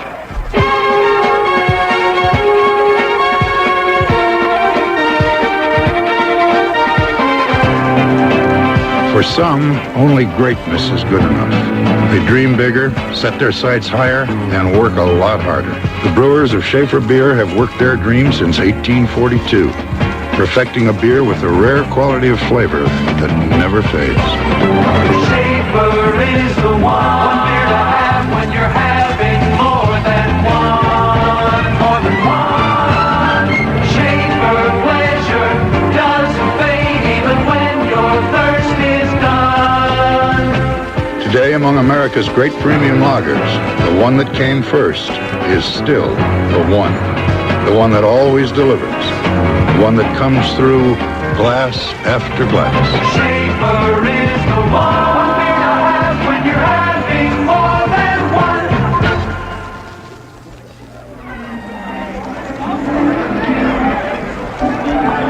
Here are your totals on the ball game. For the New York Yankees, 9 runs, 9 hits, and no errors. The New York Mets, 4 runs, 9 hits, and 1 error. The winning pitcher will be Bob Johnson, who pitched 3 strong innings for the Yankees. And the losing pitcher is the Mets starter, George Stone. The Yankees got a couple of runs in the 4th inning. Single by Maddox. Double by Bonds. Chambliss got a run in, grounding out to second base. Williams got a run in with a fly ball to left field. Single tally in the 6th inning. Driven in again by Chambliss with a base hit to right center following a double by Ronnie Bloomberg. And then the Yankees broke it wide open in the 7th inning, scoring 6 runs on 4 hits, couple of walks, a throwing error by the shortstop, Phillips. Chambliss winds up the night with 4 runs batted in. Came to bat in the ball game, 4 times, had 2 for 4. And let's see, Dom Valentino, you got some awards that we give out in this Mayor's Trophy game? We've got the Butterfinger Candy Bar Fielding Award. Goes to Elliot Maddox tonight. Elliot Maddox made that great throw in the 1st inning, and he nailed Del Unser trying to go to third base. Walt Williams took the throw and made the tag. It was a tremendous throw, as you remember, Frank. No hops, nothing, just right on the money, a real shotgun throw, and he got Unser coming in. And he also made that great catch on Mike Phillips, I think, in the 3rd inning. Another great play. He sure earned his Butterfingers tonight on both of those great plays. And the Yankees, maybe this will be a little bit of a cure-all, Frank. They get back into the game. They did. They saw some good pitching tonight from Bob Johnson, who is working at Syracuse, from Dave Pagan. And so if they're looking for pitching, I'm sure that Bill Burton will file those thoughts away in his mind, or Whitey Ford will put them down in his little black book. So that's just about the story, Dom, on our ball game tonight. Final score again, 9-4. Ironically, the same score as last year in the Mayor's Trophy game. And the Yankees now lead in the 13th annual game, 7-6. This program was brought to you by authority of the New York Yankee Baseball Club under rights purchased by the Manchester Broadcasting Company. Any rebroadcast or the use of this play-by-play description without written consent is prohibited. And we want to remind you that New York Yankee Baseball is a production of Manchester Broadcasting Productions Incorporated, which is contracted for and has the exclusive rights to the broadcast of these games, including selection of the announcers with approval by the New York Yankees and WMCA. The next Yankee broadcast will be tomorrow night when the Yankees will meet the Oakland A's here at Shea Stadium. Well, this is Dom Valentino along with Frank Messer, Phil Rizzuto, Bill White, who has the night off. He'll be back with us tomorrow, saying so long from Shea Stadium in New York. Once again, the final score in the 13th annual Mayor's Trophy game, the New York Yankees 9 and the New York Mets 4. Your Chrysler Plymouth dealer would like to announce some good news. Chrysler is back with a rebate, and here's some more good news. Your Chrysler Plymouth dealer not only has a great new rebate, he's also got the cars that are number one in most of the things you want most in a compact. Take gas mileage.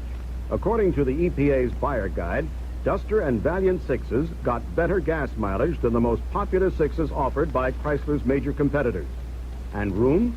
Well, according to Automotive Industry's Roominess Index, Valiant 4-doors are the roomiest in their class. And now, for a limited time only, buy or lease any 75 Valiant, Duster, or Scamp, and Chrysler will give you $200 back. And that's after you've made your best deal with your dealer. But an offer this good has to be limited to cars in stock, retail customers only, at participating Chrysler Plymouth dealers. So for a great rebate, plus a great deal on his entire lineup of fine cars, see your Chrysler Plymouth dealer today. This is Dialogue Radio 57, WMCA, New York.